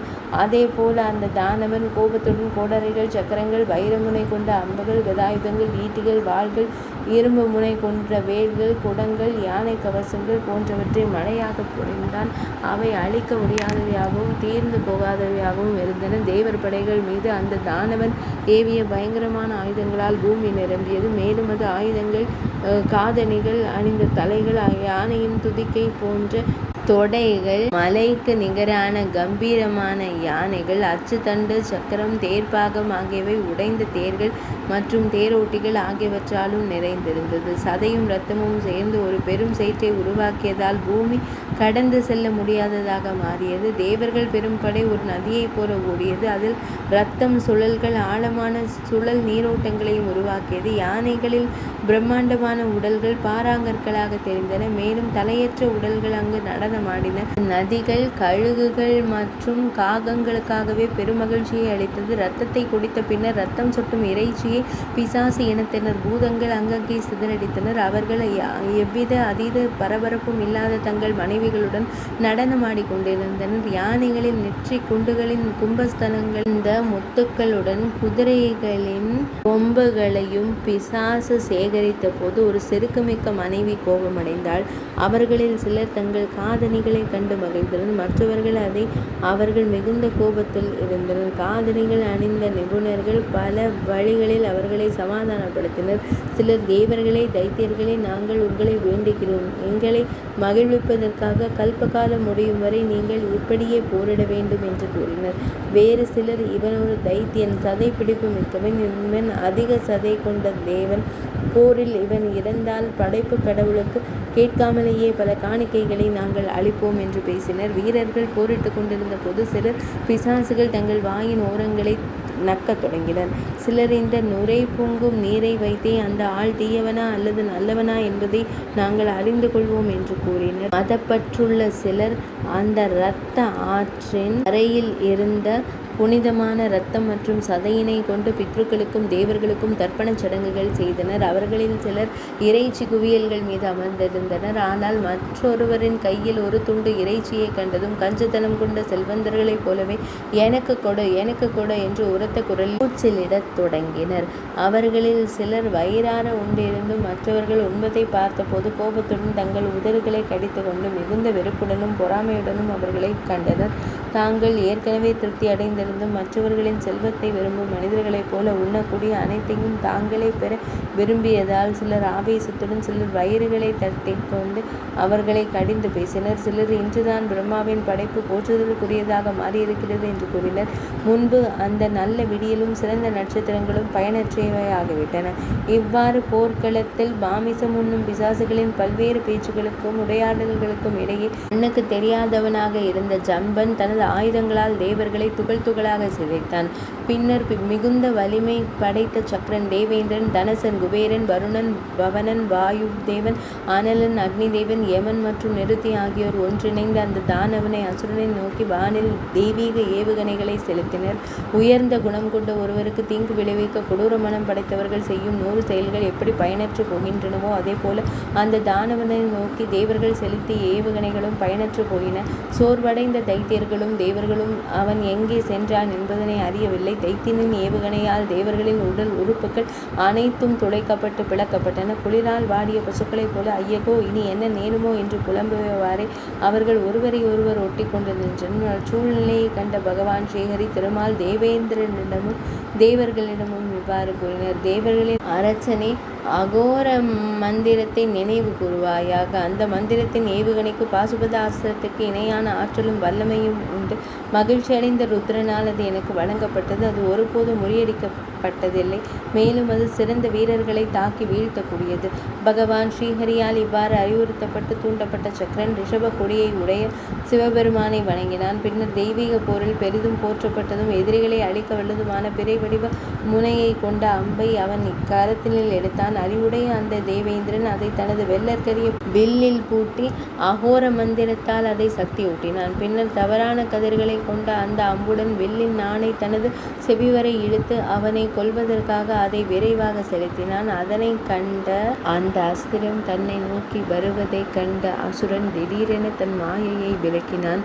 அவனது முகம் நடுங்கத் தொடங்கியது. உடல் விரைத்து போனது. அவன் பதற்றமடைந்தான். அப்போது சிறந்த அஸ்திரத்திற்கான மந்திரத்தால் சக்தியூட்டப்பட்டு பிறை போன்ற முனையை கொண்ட அந்த அம்பு பெரும் போரின் நடுவே தேவேந்திரனின் வில்லிலிருந்து பாய்ந்து தன் ஒளி வீசும் உடலால் நண்பகல் சூரியனுக்கு நிகராக திகழ்ந்தது. அது ஜம்பனின் தலையை அவனது காதணிகளுக்கு சேர்த்து அறுத்து வீழ்த்தியது. அத்தலை உயர்ந்து நின்ற கிரீடத்தின் ஒளியையும் நறுமணம் கமழும் மலர்களின் வாசனையையும் கொண்டிருந்தது. அதன் கூந்தல் எங்கும் புகையை பரப்பும் நெருப்பின் ஒளியை போல திகழ்ந்தது. தேவேந்திரனால் ஜம்பன் கொல்லப்பட்ட போது தேவர்கள் அவனை பெரிதும் புகழ்ந்தனர். பகவான் வாசுதேவனும் நன்று நன்று என்று பாராட்டினார். ஜம்பன் கொல்லப்பட்டதை கண்டதும் முன்னணி தானவர்கள் தங்கள் நம்பிக்கைகளும் லட்சியங்களும் தகர்ந்த நிலையில் பின்வாங்கினர். அவர்கள் அனைவரும் தாரகனிடம் ஓடிச் சென்றனர். அவர்கள் பயந்திருப்பதை கண்டதும் அவர்களில் 4 முன்னணி தானவர்கள் கொல்லப்பட்டதை அறிந்ததும் அவன் தேரோட்டியை நோக்கி போருக்காக தேவேந்திரனை நோக்கி விரைவாக செல் என்று ஆணையிட்டான். அப்படியே ஆகட்டும் என்று கூறி தாரகன் தேரில் அமர்ந்ததும் தேர் முன்னோக்கி சென்றது. தானவர்களின் தலைவன் செருக்கு கோபம் கர்வம் மற்றும் வீரத்தை வெளிப்படுத்தி கொண்டும் பிறரை அவமதிக்கும் மற்றும் இகழும் மனப்பான்மையுடனும் புறப்பட்டான். 1000 கருட உருவங்கள் பொருத்தப்பட்ட தனது தேரில் அவன் ஏறினான். அதில் அனைத்து ஆயுதங்களும் நேர்த்தியாக அடுக்கப்பட்டிருந்தன. அது பலவிதமான அஸ்திரங்களால் நன்கு பாதுகாக்கப்பட்டிருந்தது. 3 உலகங்களின் அனைத்து செல்வ வளங்களையும் அது கொண்டிருந்தது. கல்பத்தின் முடிவில் உலகை அளிக்கும் சக்தியை கர்ஜனையை போன்ற முழக்கத்தை அது எழுப்பியது. அவன் பெரும் படையுடன் சென்றான். அவன் திசைகள் அனைத்தும் அதிரும் வகையில் முழங்கினான். அவனை கண்டதும் 1000 விழிகளை உடையவனான தேவேந்திரன் தனது வாகனமான யானையை விட்டுவிட்டு மாதலியால் தயார் செய்யப்பட்டிருந்த தேரில் ஏறினான். அத்தேர் காய்ச்சிய பொன்னால் நன்கு அலங்கரிக்கப்பட்டிருந்தது. 4 யோஜனை தூரம் வரை பறந்து விரிந்திருந்தது. சித்தர்களின் கூட்டங்கள் அதற்கு அழகு சேர்த்தன. கந்தர்வர்களும் கிண்ணறர்களும் அதில் பாடல்களை பாடினர். தேவமங்கையர் தங்கள் நடனங்களால் அங்கு ஆரவாரத்தை உண்டாக்கினர். அது அனைத்து வகையான ஆயுதங்களையும் கொண்டு எதிரிகளை எதிர்க்கும் வல்லமை பெற்றிருந்தது. சிறந்த ரத்தினங்களாலும் ஆபரணங்களாலும் அது நன்கு பதிக்கப்பட்டிருந்தது. திக்பாலகர்கள் தங்கள் கவசங்களை அணிந்து கொண்டு அத்தேரை எல்லா பக்கங்களிலிருந்தும் சூழ்ந்தனர். கருட கொடியை ஏந்திய இறைவனுடன் திருமாலுடன் இணைந்து அவர்கள் அத்தேரை சுற்றி நின்றனர். அப்போது பூமி அதிர்ந்தது. மருதர்களின் காற்று தேவர்களின் கூட்டங்களுடன் சேர்ந்து கடுமையான காற்று வீசியது. 7 கடல்களும் கொந்தளித்து அலை மோதின. சூரியனின் ஒளி மங்கி அழிந்தது. அப்போது ஏவுகணைகள் ஜொலித்தன. வாகனங்கள் குலுங்கின. பின்னர் அனைத்தும் மேலே உயர்த்தப்பட்டன. அப்போது தாரகன் கண்ணுக்கு தெரிந்தான். ஒரு பக்கம் தாரகன் இருந்தான். மறுபக்கம் தேவர்களின் சுரர்களின் கூட்டங்கள் இருந்தன. ஒரு பக்கம் அனைத்து உலகங்களின் அழிவும் மறுபக்கம் உலகின் உயர்வும் இருந்தன. அசையும் மற்றும் அசையாத அனைத்து உயிரினங்களும் அச்சமும் கலக்கமும் அடைந்தன. அந்த மோதலில் குந்திபுத்திரனே அர்ஜுனா, தேவர்கள் இவ்வாறு புகழ்ந்தனர். அஸ்திரங்கள், ஒளிவீச்சு, செல்வம், வீரர்கள், புகழ், வலிமை, வீர செயல்கள், உள்ளார்ந்த ஆற்றல் மற்றும் வல்லமை இவை அனைத்தும் எங்கள் தவத்தின் அதாவது தேவர்கள் மற்றும் அசுரர்களின் தவத்தின் பலன்களே ஆகும்.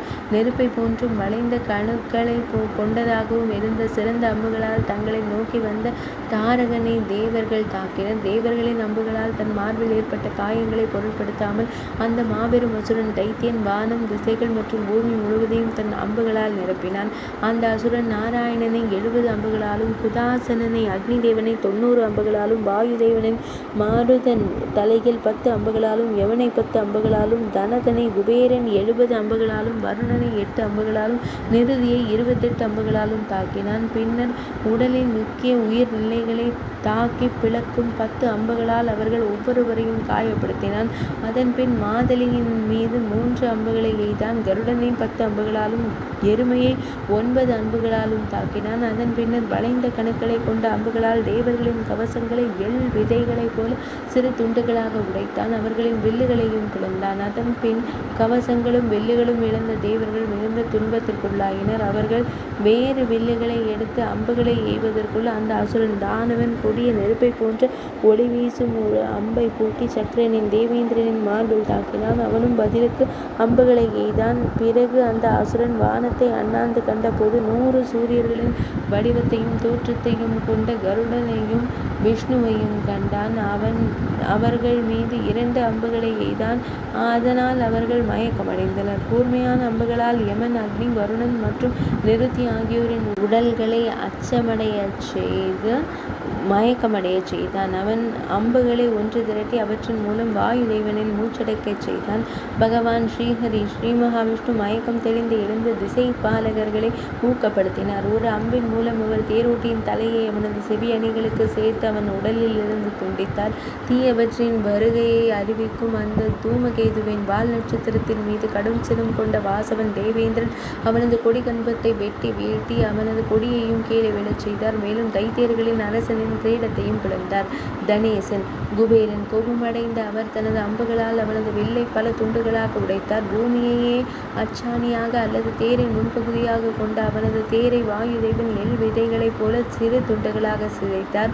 போரின் போது நிருத்தி தனது அம்புகளால் அவனது கவசத்தை எள் விதைகளைப் போல சிறு துண்டுகளாக உடைத்தார். இணையற்ற இச்செயலை செய்த பின்னர் வாசுதேவர் உள்ளிட்ட தேவர்கள் தங்கள் உதடுகளை நாவால் நனைத்தவாறே நெல் நெல் என்று கூச்சலிட்டனர். தேவர்களின் இச்செயலை கண்ட இணையற்ற வீரம் கொண்ட தாரகன் போரின் போது 1000 விழிகளை கொண்ட தேவேந்திரனை நோக்கி ஒரு பயங்கரமான கதாயுதத்தை வீசினான். தடுக்க முடியாத அந்த கதாயுதம் வருவதை கண்ட பாகாசுரனை அழித்தவர் தேவேந்திரன் தேரிலிருந்து குதித்து பூமிக்கு இறங்கினான். கடுமையான ஓசை எழுப்பிய அந்த கதாயுதம் தேரின் உட்பகுதியில் வந்து விழுந்தது. அது தேரை சின்னாபின்னமாக உடைத்தது. ஆனால் மாதலி இறக்கவில்லை. அந்த அசுரன் கூர்மையான ஈட்டி ஒன்றை எடுத்து கேசவனின் மார்பில் தாக்கினான். அவன் கருடனின் தோளில் தாக்கினான். ஆனால் கருடன் கீழே அமர்ந்து உணர்விழந்தான். அவன் வாளால் ராட்சசேந்திரனை நிருத்தியை வெட்டி கீழே விழச் செய்தான். அவன் யமனையும் முகத்தில் தாக்கி கீழே விழச் செய்தான். அவன் அக்னியை வேல் கொண்டு தாக்கி மயக்கமடைய செய்தான்.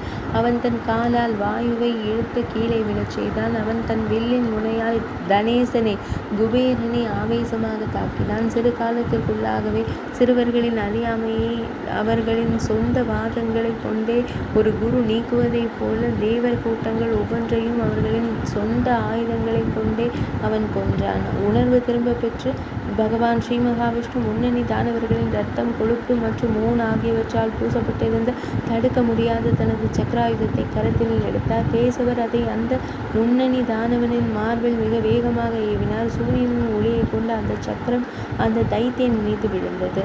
பாறையின் மீது வீசப்பட்ட நீல நிற தாமரையைப் போல அது அவன் உடலில் மோதி சிதறியது. அதன் பின் நீண்ட காலமாக போற்றப்பட்டு வந்த தனது வஜ்ராயுதத்தை மகேந்திரனும் ஏவினான். அந்த தலை சிறந்த தானவனுடனான போரில் வெற்றியின் மீதான தனது நம்பிக்கையை சக்கரன் தேவேந்திரன் இந்த ஆயுதத்தின் மீதே வைத்திருந்தான். வீரமிக்க தாரகனின் உடலை அடைந்ததும் அது 100 துண்டுகளாக உடைந்து அதன் கதிர்கள் சிதறின. பிறகு மனச்சோர்வு என்பதை அறியாத வாயுதேவன் மிகுந்த ஆற்றலுடன் கர்ஜித்தான். அவன் எரியும் நெருப்பின் பிரகாசத்தை கொண்ட தனது அங்குசத்தை ஏவினான். அது அவன் உடலில் மோதி சிதறியதை கண்ட வாயுதேவன் கடும் கோபமடைந்தான். குகைகளில் மலர்ந்த மரங்களை கொண்ட ஒரு மிகப்பெரிய மலையை பெயர்த்தெடுத்தான். 10 யோஜனை தூரம் பரவி இருந்த அந்த மலையை அந்த தானவ தலைவன் மீது வீசினான். ஒரு சிறுவன் பந்தை கொண்டு விளையாடுவதைப் போல தன்னை நோக்கி வந்த அந்த மலையை அந்த தைத்திய தலைவன் புன்னகைத்தபடியே தனது இடது கரத்தினால் பிடித்து கொண்டான். அதே மலையை கொண்டு தாங்கி அவன் அந்த யமனை கீழே விழச் செய்தான். பின்னர் கடும் கோபத்தில் இருந்த கிருதாந்தன் யமன் தனது வெல்ல முடியாத தண்டாயுதத்தை உயர்த்தினான். முழு பலத்துடன் அதை சுழற்றி அந்த தைத்திய தலைவனின் தலையை நோக்கி வீசினான். அது அந்த அசுரனின் தலையில் விழுந்தது. அந்த தைத்தியன் புன்னகைத்தபடியே அதை பிடித்து கொண்டான்.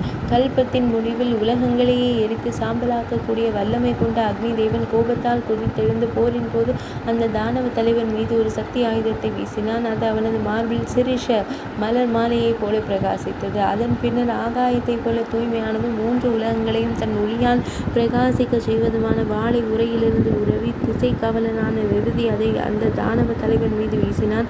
அது அவன் தலையில் விழுந்தது. அது விழுந்த உடனே அந்த வாள் 100 துண்டுகளாக உடைந்து சிதறியது. அதன் பின் தைத்தியர்களின் தலைவனின் கரங்களை கட்ட விரும்பிய கடும் கோபம் கொண்ட நீரின் தலைவனான வருணன் மிகவும் பயங்கரமான வடிவம் கொண்ட பாச கயிற்றை ஏவினான். அந்த பாச கயிறு தைத்தியனின் கரத்தை அடைந்ததும் ரம்பம் போன்ற பற்கள் வரிசையாக அமைந்த ஒரு கொடிய பாம்பின் வடிவில் திடீரென உடைந்து சிதறியது. அதன் பின்னர் அஸ்வினி தேவர்கள், சந்திரன், சூரியன், சாத்தியர்கள், வசுக்கள், யக்ஷர்கள், ராட்சசர்கள், கந்தர்வர்கள் மற்றும் நாகர்கள் ஆகிய வலிமை மிக்க அனைவரும் மீண்டும் அந்த தைத்தியர்களின் தலைவனை பலவிதமாக ஆயுதங்களால் தாக்கினர். வஜ்ராயுதம் போன்ற உறுதியான மலையை போன்றிருந்த அவனது உடலில் அந்த ஆயுதங்கள் எந்த பாதிப்பையும் ஏற்படுத்தவில்லை. அப்போது தானவர்களின் தலைவனான தாரகன் கடும் கோபத்துடன் பாய்ந்து வந்து தன் கரங்களால் அடித்தும் கால்களால் உதைத்தும் கோடிக்கணக்கான தேவர்களை கொன்றான். அந்த தைத்தியனின் வலிமையை கண்ட பகவான் ஸ்ரீஹரி தேவர்களை ஓடிவிடுங்கள் என்று கூறிவிட்டு மறைந்து விட்டார். சக்கரன், தேவேந்திரன் உள்ளிட்ட தேவர்கள் தப்பி ஓட முயன்றனர். ஆனால் காலநேமி தலைமையிலான ஆணவமிக்க தைத்தியர்கள் அவர்களை முடியை பிடித்து இழுத்து தடுத்தனர். அவர்கள் தேவர்களின் முடியை பிடித்து மகிழ்ச்சியுடன் இழுத்துச் சென்றனர். அவர்கள் வறண்ட ஆற்றை கடந்து இழுத்துச் செல்லப்பட்டனர். தெய்வீக பாதைகளில் அவர்கள் கடிக்கப்பட்டனர். இவ்வாறு திசை பாலகர்கள் 8 திசைகளின் காவலர்கள் அந்த மாபெரும் அசுரர்களால் பலவராக இழுக்கப்பட்டு வீசப்பட்டனர். பாரத குல தோன்றலே அப்போது வலிமைமிக்க தைத்தியர்களிடையே பூமி, சொர்க்கம் மற்றும் பாதாள உலகங்களை அதிரச் செய்யும் வகையிலான ஒரு பெரும் ஆரவாரம் எழுந்தது. மகிழ்ச்சியடைந்த தைத்தியர்கள் தாரகனை புகழ்ந்து முழக்கமிட்டனர். வெற்றி கொள்க என்று முழங்கியவாறே மல்லிகை மலர் மற்றும் நிலவின் ஒளி போன்ற நிறம் கொண்ட சங்குகளை அவர்கள் நிரப்பி உரக்க ஊதினர். அவர்கள் வில் மற்றும் அம்புகளால் பயங்கரமான நானொலியை எழுப்பினர். கரங்களை தட்டி ஆரவரித்தனர். மிகுந்த மகிழ்ச்சியடைந்த தைத்தியர்கள் கூச்சலிட்டபடியே மீண்டும் மீண்டும் நடனமாடினர். கால்நடை மேய்ப்பவன் ஒரு மந்தைகளை தனக்கு முன்னால் ஓட்டிச் செல்வது போல தைத்தியர்களின் தலைவன் தேவர்களை தனக்கு முன்னால் நிறுத்திச் சென்றான். தன் தேரில் அமர்ந்தபடி அசுரர்கள் புடைசூழ அவன் முன்னே சென்றான். வலிமைமிக்க தாரகன் மகி நதி கடலில் கலக்கும் இடத்திற்கு அருகில் கடற்கரையில் அமைந்திருந்த தனது நகரத்திற்கு சென்றான். அது 12 யோஜனை தூரம் பரவி இருந்தது. செம்பினால் ஆன கோட்டை சுவரால் அது அழகுபடுத்தப்பட்டிருந்தது. அதில் பல அரண்மனைகளும் மாளிகைகளும் இருந்தன. பல அதிசயிக்கத்தக்க அம்சங்களால் அது பொலிவுற்றிருந்தது. அந்நகரத்தில் 3 வகையான ஒலிகள் எப்போதும் ஒலித்து கொண்டே இருந்தன. இசை ஒலி, வில்லின் நானொலி மற்றும் உலக இன்பங்களின் உகரங்கள் என்ற முழக்கம். நகரத்திற்குள் நுழைந்த பின்னர் அரசன் தனது அரண்மனைக்கு சென்றான். மிகுந்த கொண்டாட்டத்துடனும் உற்சாகத்துடனும் அவனது புதல்வர்களும் மனைவியரும் அவனை வரவேற்று போற்றினர். அங்கு அரசன் தனது பிரம்மாண்டமான அரசவைக்கு சென்று சிம்மாசனத்தில் அமர்ந்தான். திதியின் புதல்வர்களால் அவன் புகழப்பட்டான். தேவகன்னிகைகளால் மகிழ்விக்கப்பட்டான். சிங்கங்கள் சூழ்ந்திருப்பது போல பிரகாசமான சிம்மாசனங்களில் அமர்ந்திருந்த முக்கிய தைத்தியர்களால் அந்த தலைவன் சூழப்பட்டிருந்தான். அச்சமயம் அந்நகரத்தில் ஒரு தேவ மங்கை தோன்றினாள். பிரீத்தியின் மகனே அர்ஜுனா, அழகில் அவளுக்கு நிகழ் யாருமில்லை. அவள் பலவிதமான அணிகலன்களை அணிந்திருந்தாள். அவளை கண்ட அரசன் தாரகன் மிகுந்த ஆச்சரியமடைந்தான். தைத்தியர்களுக்கு மத்தியில் அவ்வாறு ஆச்சரியமடைந்த அவன் புன்னகைத்தபடியே அவர்களை நோக்கி இவ்வாறு கூறினான். மென்மையானவர்களே, நீங்கள் யார்? வசீகரமான அழகிய வடிவம் கொண்ட பெண்ணே, என்னிடம் உனக்கு என்ன வேலை? முன் எப்போதும் உன்னை போன்ற ஒரு பெண்ணை நாங்கள் கண்டதில்லை. அந்த பெண் பதிலளித்தாள். சிறந்த தைத்தியனே, 3 உலகங்களின் பொலிவு மற்றும் புகழுக்குரிய தேவதை நான் என்பதை அறிந்து கொள். இறைவா, உனது தவத்தினாலும் வீரத்தினாலும் நான் உனக்கு உரியவளாகிவிட்டேன். வீரமிக்கவனும் சோம்பல் அல்லது மந்த தன்மை இல்லாதவனும் தவ நெறி போன்றவனும் கோழைத்தனம் இல்லாதவனும் தாராளமாக தானம் செய்பவனும் அதே சமயம் நியாயமான முறையில் இன்பங்களை அனுபவிப்பவனுமான ஒருவனையே நான் பற்றி கொண்டு அவனுக்கு பணிவிடை செய்வேன். கோழை, மிகுந்த மனச்சோர்வு மற்றும் விரக்தியில் இருப்பவன், கற்புடைய பெண்களை துன்புறுத்துபவன் மற்றும் அனைவரையும் கண்டு அஞ்சி சந்தேகப்படுபவன் ஆகியோரை நான் உடனே கைவிடுகிறேன். திதியின் மகிழ்ச்சியை பெருக்குபவனே, உன் தாயார் அவனால் அவமதிக்கப்பட்ட போது நான் ஏறக்குறைய மகேந்திரனை கைவிட்டிருந்தேன். இப்போது அவன் உன் கட்டுப்பாட்டில் இருக்கிறான். அப்போது தாரகன் அவளிடம் நிச்சயமாக அப்படியே ஆகட்டும் என்று கூறினான். 3 உலகங்களாலும் போற்றப்படும் அந்த மென்மையான மங்கையான லக்ஷ்மி அவனுள் கலந்தாள். பின்னர் நன்கு அலங்கரிக்கப்பட்ட பெண்கள் மகிழ்ச்சியுடன் அவனை உரிய மரியாதையுடன் வரவேற்றனர். அவர்கள் வீரகாமாசியம் வெற்றி பெற்று திரும்பும் வீரர்களுக்கு ஆரத்தி எடுக்க பாத்திரம், வெண்கல பாத்திரம் அல்லது தட்டு ஏந்தி அவர்களை வாழ்த்தினர். தைத்தியர்களால் அசுரர்களால் சிறைபிடிக்கப்பட்ட தேவர்கள் மிகுந்த மனச்சோர்வுற்றிருந்தனர். அவர்கள் வாயிலில் நின்று கொண்டிருந்தனர். பெண்கள் தைத்தியர்கள் மற்றும் பிற குடிமக்களின் கேலிக்கும் ஏளனத்திற்கும் ஆளானார்கள். இதற்கிடையில் அறிவுடையவனான பகவான் ஸ்ரீ மகாவிஷ்ணு ஒரு தைத்தியனின் வடிவத்தை மேற்கொண்டார். ஏளனத்துடன் புன்னகைத்து கொண்டிருந்தவர்களுக்கு நடுவே நின்று கொண்டு அவர் பின்வரும் 2 செய்யுள்களை கூறினார். இவர்களை பொறுத்தவரை இவர்கள் நிலை மிகவும் சிறியதாகவும் முக்கியத்துவம் அற்றதாகவும் தெரிகிறது. தன் தாயின் கோபத்தை நினைவு கூறும் அந்த அரசன் செய்யாதது என்று ஏதேனும் உண்டோ? மிகுந்த ஆற்றல் வாய்ந்த ஒருவரை அணுகிய பின்னர் பணியாதவர் எவரும் இல்லை. தேவர்களை மார்காக்களின் குரங்குகளின் வழியை பின்பற்றி வெண்கொக்குகளைப் போல இங்கேயே இருங்கள். ஏளன பொருளில் கூறப்பட்டுள்ள இந்த அறிவுரையை பகவான் ஸ்ரீஹரியிடமிருந்து நேரடியாக பெற்ற தேவர்கள் குரங்கு வடிவத்திலேயே அங்கேயே தங்கியிருந்தனர். அவர்கள் பலவிதமாக ஆடத் தொடங்கினர். தைத்தியர்களும் அசுரகுல பெண்களும் அவர்களை உற்சாகப்படுத்தி தூண்டினர். மேலும் மகிழ்ச்சியுடன் அவர்களுக்கு உணவளித்தனர். அதன் பின் அறிவுடையவனான பகவான் ஸ்ரீ மகாவிஷ்ணு அந்த தைத்தியனின் வாயிற்காவலிடம், மன்னரின் பொழுதுபோக்கிற்காக இந்த வானரங்களை அவரிடம் தெரிவியுங்கள் என்று கூறினார். மகிழ்ச்சி அடைந்த வாயிற்காவலன் அரசபைக்குள் நுழைந்தான். அவன் தரையில் மண்டியிட்டு மரியாதையுடன் கரங்களை கூப்பினான். பின்னர் எவ்வித தயக்கமும் இன்றி தெளிவாகவும் சுருக்கமாகவும் கூறினான். தைத்தியர்களின் தலைவரே, வாயிலில் வானர கூட்டங்கள் காத்திருக்கின்றன. அவை உங்களை சிறப்பாக மகிழ்விக்க வல்லவை. உங்களுக்கு விருப்பம் இருந்தால் அவற்றை காண்பது நலம். இதனை செவிமடுத்த மன்னர், அப்படியானால் ஏன் தாமதிக்கிறாய் என்று வினவினார். இம்மொழிகளை கேட்ட வாயிற்காவலன் காலநேமியிடம், பாதுகாவலர்களின் தலைவரை, இந்த வானரங்களை உடனடியாக காண மன்னர் விரும்புகிறார். இவர்களுடன் சென்று நம் தலைவரை மகிழ்வியுங்கள் என்று கூறினார். அதன் பின்னர் காலநேமி அவர்களை மன்னரிடம் அழைத்துச் சென்றான். அந்த வானரங்களுள் பகவான் ஸ்ரீ மகாவிஷ்ணுவாகிய வானரமும் தைத்திய உருவத்தை கைவிட்டு சென்றது. பின்னர் அவை தைத்தியனான தாரகனின் முன்னிலையில் சிறப்பாக நடனமாடின. அனைத்து வானரங்களும் தைத்தியர்களால் உற்சாகப்படுத்தப்பட்டு பாராட்டப்பட்டன. மகிழ்ச்சியடைந்த அவர்கள் ஆனந்த கூச்சலிட்டனர். அவற்றின் நடனத்தை கண்டு மன்னர் மிகுந்த மகிழ்ச்சி அடைந்தார். அவர், வானர தேவர்களே, நான் மகிழ்ச்சி அடைந்தேன். எனவே உங்களுக்கு அச்சமின்மையை அபயத்தை அளிக்கிறேன். என் இருப்பிடத்திலேயே தங்குங்கள். எவ்வித அச்சமும் கொள்ள தேவையில்லை என்று கூறினார். இதயத்தில் இதை கேட்ட விஷ்ணுமார்கன் நடனமாடியபடியே இவ்வாறு கூறினான். அரசே, உங்களது இருப்பிடத்தில் எல்லையையும் வரம்பையும் நாங்கள் அறிய விரும்புகிறோம். அவ்வாறு கேட்கப்பட்டதும் சிறந்த தைத்தியனான தாரகன் புன்னகைத்து கொண்டே கூறினான். எனது இருப்பிடம் 3 தளங்களை கொண்டது. அதுவே முப்புவனங்களின் தொகுதியாகும். அப்போது ஹரிமார்கன் கூறினான், அப்படியானால் உனது வார்த்தைகளை நினைவில் கொள். அரசே, இந்த மார்க்கர்களை குரங்கு வடிவத்தினரை எவ்வித அச்சமும் இன்றி 3 உலகங்களிலும் சுற்றி திரியட்டும். அரசே, 100 அஸ்வமேத யாகங்களை செய்வதை விட மிகவும் சத்தியத்தை கடைபிடிப்பதே மேலானது. இது அறத்தை நினைவில் கொண்டு தைத்தியர்களின் தலைவரை உன் சொற்களை மெய்யாக்குவாயாக. அப்போது மிகுந்த ஆச்சரியமடைந்த அந்த தைத்தியன் பின்வருமாறு கூறினான். நன்று குரங்கே, நீ மிகுந்த ஞானம் படைத்தவன். உண்மையை சொல், நீ யார்? இறைவன் பதிலளித்தார், என் பெயர் நாராயணன் என்பது என் செவிகளை எட்டி இருந்தால் அறிந்து கொள். தேவர்களை காப்பதற்காகவே நான் ஒரு சிறுவனின் மார்கனின் வடிவத்தை ஏற்றுள்ளேன். அது ஒரு மேலான பண்பு என்று நீ கருதினால் உன் சொல்லை காப்பாற்று. இந்த தேவர்களில் உன் இருப்பிடத்தில் உலவி திரியட்டும். சிறந்த அரசனே, காலத்தின் காலம் அல்லது மரணம் வல்லமையை கண்டு தன்னை ஒரு வீரன் என்று கருதி உன் இதயத்தில் ஒருபோதும் செருக்கிற்கு இடமளிக்காதே. மக்கள் அடுத்தடுத்து இறங்கும் போது அவர்களை கொல்பவர் என்று யாரும் இருப்பதில்லை. வெறுப்பாளர் ஒருவர் தானே அதற்கு காரணம் என்று நினைப்பது வெறும் அறியாமையே ஆகும். உரிய காலத்தில் துன்பங்கள் அல்லது விபத்துக்கள் யாரைத்தான் அணுகுவதில்லை. அவை முனிவர்கள், தேவர்கள், வலிமை மிக்க அசுரர்கள், முதியவர்கள், வேதங்களின் முத்தொழில் அல்லது 3 வித்தியைகளில் தேர்ச்சி பெற்றவர்கள் மற்றும் காட்டில் வாழும் துறவிகள் ஆகியோரையும் பாதிக்கின்றன. இது காலத்தின் வல்லமையை தவிர வேறு எந்த செயல்பவரின் அல்லது காரணியின் வலிமையும் அல்ல. மந்திர சக்தியாலோ புத்திசாலித்தனத்தாலோ அல்லது ஆண்மையாலோ ஒருவன் தனக்கு விதிக்கப்படாத ஒன்றை பெற முடியாது. ஆனால் உரிய காலத்தில் உறங்கிக் கொண்டிருப்பவன் கூட அதை பெறுகிறான். பெற்றோருக்கு செய்யும் பணிவிடை, தெய்வ வழிபாடு அல்லது பிற நற்பண்புகள் மற்றும் நன்னடத்தை ஆகிய எதுவும் ஒரு மனிதனின் மகிழ்ச்சியை முழுமையாக உறுதி செய்யவில்லை. கல்வியோ தவமோ தான தர்மங்களோ அல்லது நண்பர்கள் மற்றும் உறவினர்களோ எவராலும் காலத்தால் பீடிக்கப்பட்ட ஒரு மனிதனை காப்பாற்ற இயலாது.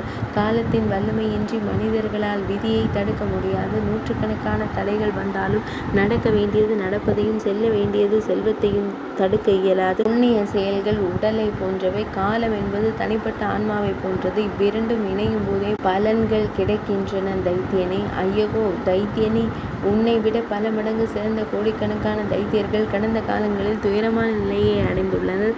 இலவம் பஞ்சு மரத்தின் பஞ்சை போல காலத்தின் காற்றால் அலைக்கழிக்கப்பட்டு வீசப்பட்டுள்ளனர். இந்த பதவியை பெற்ற பிறகு நீ மிகவும் உன்னை குறித்து பெரிதாக நீயே எண்ணிக் கொள்கிறாய். அனைத்து உயிரினங்களுக்கும் மூலமான பிரம்மதேவனைப் போலவே நீயும் அழிவற்றவன் என்று கருதுகிறாய். இது அசைக்க முடியாத ஒரு நிலையல்ல. இது ஒரு குறிப்பிட்ட நபருக்கு மட்டுமே உரிய, செலவில்லாத ஒரே நபருக்குரிய ஒரு முடிவில்லாத பதவியும் அல்ல. உன் சிறுபிள்ளைத்தனமான புத்தியால் இது என்னுடையது என்று நீ நினைக்கிறாய். நம்பத்தகாத ஒன்றை நீ நம்புகிறாய். நிலையற்றதை நிலையானது என்று கருதுகிறாய். இது என்னுடையது என்ற மயக்கத்தில் 3 உலகங்களின் பெருமையையும் உனதாக்கி கொண்டு தக்க வைத்துக் கொள்ள விரும்புகிறாய். இந்த பதவி உனக்கோ நமக்கோ அல்லது மற்றவர்களுக்கோ நிலையான மற்றும் நிரந்தரமான உடைமையாக இருக்க முடியாது. பலரை கடந்துதான் இது உன்னை வந்தடைந்துள்ளது. தற்காலிகமாக உன்னிடம் தங்கியுள்ளது. தாரகா, அவள், அதாவது முப்புவன லட்சுமி நிலையற்றவள்.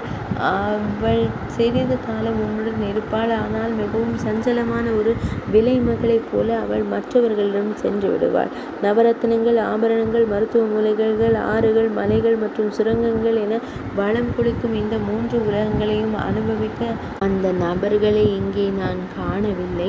பெரும் வலிமை வாய்ந்த பல தானவ தலைவர்கள் இருந்தனர். வீரனான ஹிரண்யகசிபு, வெல்ல முடியாத ஹிரண்யாக்ஷன், பிரகலாதன், வீரனான நமுச்சி, விப்ரசித்தி, விரோச்சனன், கீர்த்தி, சூரன், போர் வீரனான வாதாபி, இல்வலன், அஸ்வக்ரீவன், சம்பரன், புலோமன், மனு, கைடவன் மற்றும் பலர். இவர்களில் முதன்மையானவன் விஸ்வஜித். அவர்கள் அனைவரும் காலத்தினால் கொல்லப்பட்டனர். உண்மையில் மற்ற அனைவரையும் காலதேவன் வலிமை மிக்கது. அவர்கள் அனைவரும் 10,000 ஆண்டுகள் நீடித்த தவத்தை மேற்கொண்டனர். நீ ஒருவன் மட்டும்தான் பெரிய தவத்தை செய்தாய் என்பது சரியல்ல. அவர்கள் அனைவரும் புனிதமான மற்றும் உண்மையான சடங்குகளில் ஈடுபட்டிருந்தனர். அவர்கள் அனைவரும் மிகுந்த கல்வி அறிவை கொண்டிருந்தனர். அவர்கள் அனைவரும் தகுதியுடையவர்களுக்கு தாராளமாக வழங்கும் கொடையாளிகளாக திகழ்ந்தனர். அவர்கள் அனைவரும் தக்ஷனின் புதல்வியரின் மைந்தர்கள். ஒளிமிக்கவர்களும் வெற்றியாளர்களுமான அவர்கள் எத்தகையோராக இருந்த போதிலும் காலத்தினால் கொல்லப்பட்டு அடியோடு அழிக்கப்பட்டனர். சிற்றின்ப நுகர்வுகள் மற்றும் காம இன்பங்கள் மீதான பற்றை கைவிடு. செல்வம் மற்றும் செழிப்பினால் ஏற்படும் செருக்கை விட்டுவிடு. அந்த செல்வம் மறையும் போது துயரம் உன்னை வாட்டும்.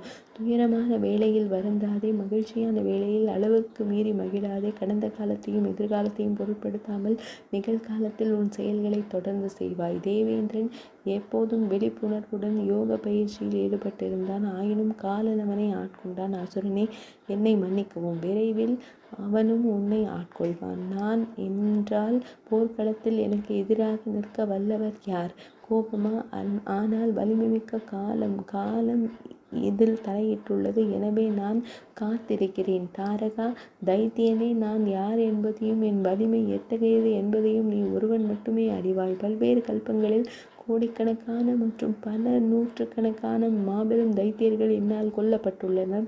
அவர்களில் தாரகா, உன்னால் அந்த எண்ணிக்கையில் 1,000,000 ஒரு பங்கு கூட ஈடாக முடியாது. ஒவ்வொரு கல்பத்திலும் பிரம்மதேவர் முதல் முழு பிரபஞ்சத்தையும் படைப்பவன் நானே. நான் விரும்பினால் அதை எப்போதும் உயிர்ப்புடன் வைத்திருப்பேன். நான் விரும்பவில்லை என்றால் ஒரு கணத்தில் அதை அழித்து விடுவேன். மற்ற அனைத்து தைத்தியர்களுடனும் இணைந்து உன்னை கொல்ல எனக்கு துணிச்சல் இல்லை என்பதல்ல காரணம். ஆனால் என் விரல் நுனி அசைவிற்கு கூட நான் தர்மத்தை மீறுவதில்லை. மிக உயர்ந்தவனாய் இருந்தும் உன்னதமான பிரம்மத்தின் தன்மையை கொண்ட தர்மத்தை நான் மீறினால் தர்மம் யாரிடம் அடைக்கலம் போகும்? நானே இதற்கு காரணகர்த்தா என்று நினைக்காதே. நிரந்தரமான உயர்ந்த அதிகாரத்தை கொண்ட இறைவன் காலம்தான். மரத்தில் பழம் தோன்றுவதைப் போலவே அது பிரபஞ்சத்தை முழுமைக்கும் கொண்டு வருகிறது. துன்பமும் மகிழ்ச்சியும் ஒரே வகையான கர்மாவிலிருந்தே தோன்றுகின்றன. மேலும் மனிதன் புருஷனதை அனுபவிக்கிறான். தைத்தியனே, காலத்தின் அற்புதமான நன்மையை காண்பாய். அனைத்தும் காலத்தின் செல்வாக்கினாலேயே நிகழ்கின்றன என்பதை அறிஞர்கள் அனைவரும் கவனிக்க வேண்டும். ஒருவருடைய கர்மா முதிர்ச்சி அடையும் போது அது பலனை தருகிறது என்பதை அறிஞர்கள் அறிவார்கள். எனவே புண்ணியம் தரும் மங்களகரமான செயல்களை ஒருவன் செய்ய வேண்டும். புண்ணிய செயல்களால் மகிழ்ச்சி உண்டாகும், பாவங்களால் துன்பம் விளையும் என்பது உறுதி. இதை சிந்தித்து பார்த்து சிறந்த தைத்தியனே, என் வார்த்தைகளை முழுமையாக முழுமையாக மதித்து உன்னால் முடிந்தால் உன் வாக்குறுதியை காப்பாற்று. தாரகன் பதிலளித்தான், காலநேமி மற்றும் பிறருடன் நான் இங்கே நிற்பதை காணும்போது யாருடைய புத்திதான் கலங்காது? மற்றவர்களை கொல்ல விரும்பும் மிருத்யுவின் யமனின் புத்தி கூட கலங்கும். ஆனால் உன் புத்தி நிலையாக இருக்கிறது, அது கலங்கவில்லை, அது உண்மையை உணர்கிறது. நீங்கள் கூறுவது அனைத்தும் உண்மையே, இதில் ஐயமில்லை. பேரழிவு பாதையில் செல்லும் இவ்வுலகை கண்ட பின்னர் எந்த ஒரு உயிரிதான் உடல் மீதோ அல்லது உலக செல்வங்கள் மீதோ நம்பிக்கை வைக்க விரும்பும்? நானும் இவ்வுலகை நிலையற்றது என்றே அறிவேன். இவ்வுலகம் இடைவிடாத எரியும் பயங்கரமான காலத்தின் நெருப்பில் வீசப்பட்டுள்ளது. இது ஒரு இரகசியமான உண்மை, சிலருக்கு மட்டுமே தெரிந்த ஒன்று. இன்று இதை செய்வேன், நாளை அதை செய்வேன் என்று மனிதன் கூறிக்கொண்டிருக்கும் போதே ஆற்றில் வெள்ளம் தன் வழியில் உள்ள அனைத்தையும் அடித்துச் செல்வது போல காலம் அனைத்தையும் அடித்து விடுகிறது. இதை நான் இப்போதுதான் உணர்ந்தேன். இது என் நினைவிலிருந்து மறையவில்லை. காலத்தால் கொண்டு செல்லப்படும் மனிதர்களின் வீண் பேச்சுக்கள் கேட்கின்றன. ஆனால் பொறாமை, போலியான கௌரவம், பேராசை, காமம், கோபம், பயம், விருப்பம், மயக்கம் மற்றும் தர்க்கவாதம் ஆகியவற்றில் பற்று கொண்டவர்கள் இதை உணர்வதில்லை. கேசவா, எது முக்கியமானது, எது முக்கியமற்றது என்பதையும், எதை செய்ய வேண்டும், எதை செய்யக்கூடாது என்பதையும் அவர்களால் பகுத்தறிந்து காண இயலவில்லை. பகவான் ஸ்ரீ மகாவிஷ்ணுவே, அனைத்து உயிரினங்களிலும் மிகச்சிறந்த இறைவனாகவே நான் உங்களை அறிவேன். நாங்கள் என்ன செய்வோம்? எங்கள் இயல்பான வலிமையான குணங்கள் காரணமாக நாங்கள் உங்களை தியானிப்பதில்லை. சிலர் உங்களை பக்தியுடனும், சிலர் பகையுடனும், சிலர் விளையாட்டுத்தனத்துடனும் வழிபடுகிறார். அவர்கள் அனைவரும் உங்கள் கருணைக்கு தகுதியானவர்களே. அனைத்து உயிரினங்களிலும் உறைந்திருக்கும் ஆன்மா நீங்களே. பழமையானதும் நித்தியமானதுமான தர்மம் அனைத்து உயிரினங்களுக்கும் பொதுவான என்னிடம் பிடிபட்டு போது என்னால் விடுவிக்கப்படும். தேவர்கள் அனைவரும் இங்கிருந்து செல்லட்டும். மீண்டும் அவர்கள் குரங்கு வடிவில் 3 உலகங்களிலும் சுற்றித் திரிய வேண்டும். யாகங்களில் தவங்களுக்கு பங்கு வேண்டும் என்று அவர்கள் விரும்பக்கூடாது. இதுவே விதிக்கப்பட்ட நிபந்தனை. தாரகன் இவ்வாறு கூறிய போது தேவர்கள் மகிழ்ச்சி அடைந்தனர். கசாப்பு கடைக்காரனிடம் சிக்கிய ஆடு ரோமம் கத்தரிக்கப்பட்ட பிறகும் உயிருடன் விடுவிக்கப்பட்டால் அது நிச்சயமாக ஒரு லாபமே ஆகும். அந்த இறைவர் இவ்வாறு அறிவுறுத்தினார், அசுரர்களின் தலைவனே, மெய்மையை உணர்ந்தவனாக இரு. கல்வி, ஞானம் மற்றும் தவ வலிமை ஆகியவற்றை கொண்டிரு. உள்ளங்கையில் உள்ள நெல்லிக்கனியைப் போல காலத்தின் போக்கை நீ தெளிவாக காண வல்லவன். சிவபெருமானின் மிகுந்த அறிவுடைய பக்தனே, காலத்தின் தன்மையை நன்கு அறிந்தவனே, வஜ்ராங்கனின் மகனே, நீ பாக்கியசாலி. அறிஞர்களால் நேசிக்கப்பட தகுந்தவன் நீ. உனது தவ வலிமை நிலைத்திருக்கும் வரை 3 உலகங்களையும் அனுபவித்து வாழ்வாயாக. இந்த நிபந்தனைக்கு உட்பட்டு தேவர்கள் பிரபஞ்சத்தில் உலவுவார்கள். இவ்வாறு கூறிய பின்னர் நாராயண பெருமான் மார்க வானர கணங்கள் சூழ அந்த இடத்திலிருந்து புறப்பட்டு மேருமலையை அடைந்தார். மேருமலையை அடைந்ததும் ஹரி திருமால் பின்வருமாறு கூறினார், நீங்கள் அனைவரும் பிரம்மதேவரிடம் செல்லுங்கள். அவர் உங்கள் நலனுக்கு ஏற்றதை செய்வார். நிபந்தனைகளை ஒருபோதும் மீறக்கூடாது, அவை கடைபிடிக்கப்பட வேண்டும். இவ்வாறு கூறிவிட்டு தேவர்களை வணங்கி துதிக்க பகவான் ஸ்ரீ மகாவிஷ்ணு அங்கேயே மறைந்தார். தேவர்கள் பிரம்மதேவரிடம் சென்றனர். அங்கு சென்ற தேவர்கள் அவரை துதித்தனர். அவரது ஒளி 3 உலகங்களிலும் பிரகாசித்தது. சிவபெருமானின் அருளால் பெரும் செழிப்பை பெற்ற வஜ்ராங்கனின் வீர மற்றும் மகிழ்ச்சி அடைந்தான். அவனே இந்திரனானான். அக்னியின் இடத்தில் நிமி நியமிக்கப்பட்டான். காலநேமி யமனானான். நிருதியின் இடத்தில் ஸ்தம்பன் நியமிக்கப்பட்டான். ஸ்ரீ கௌமாரிகா காண்டத்தின் 21ஆம் அத்தியாயம் இனிதே நிறைவடைந்தது.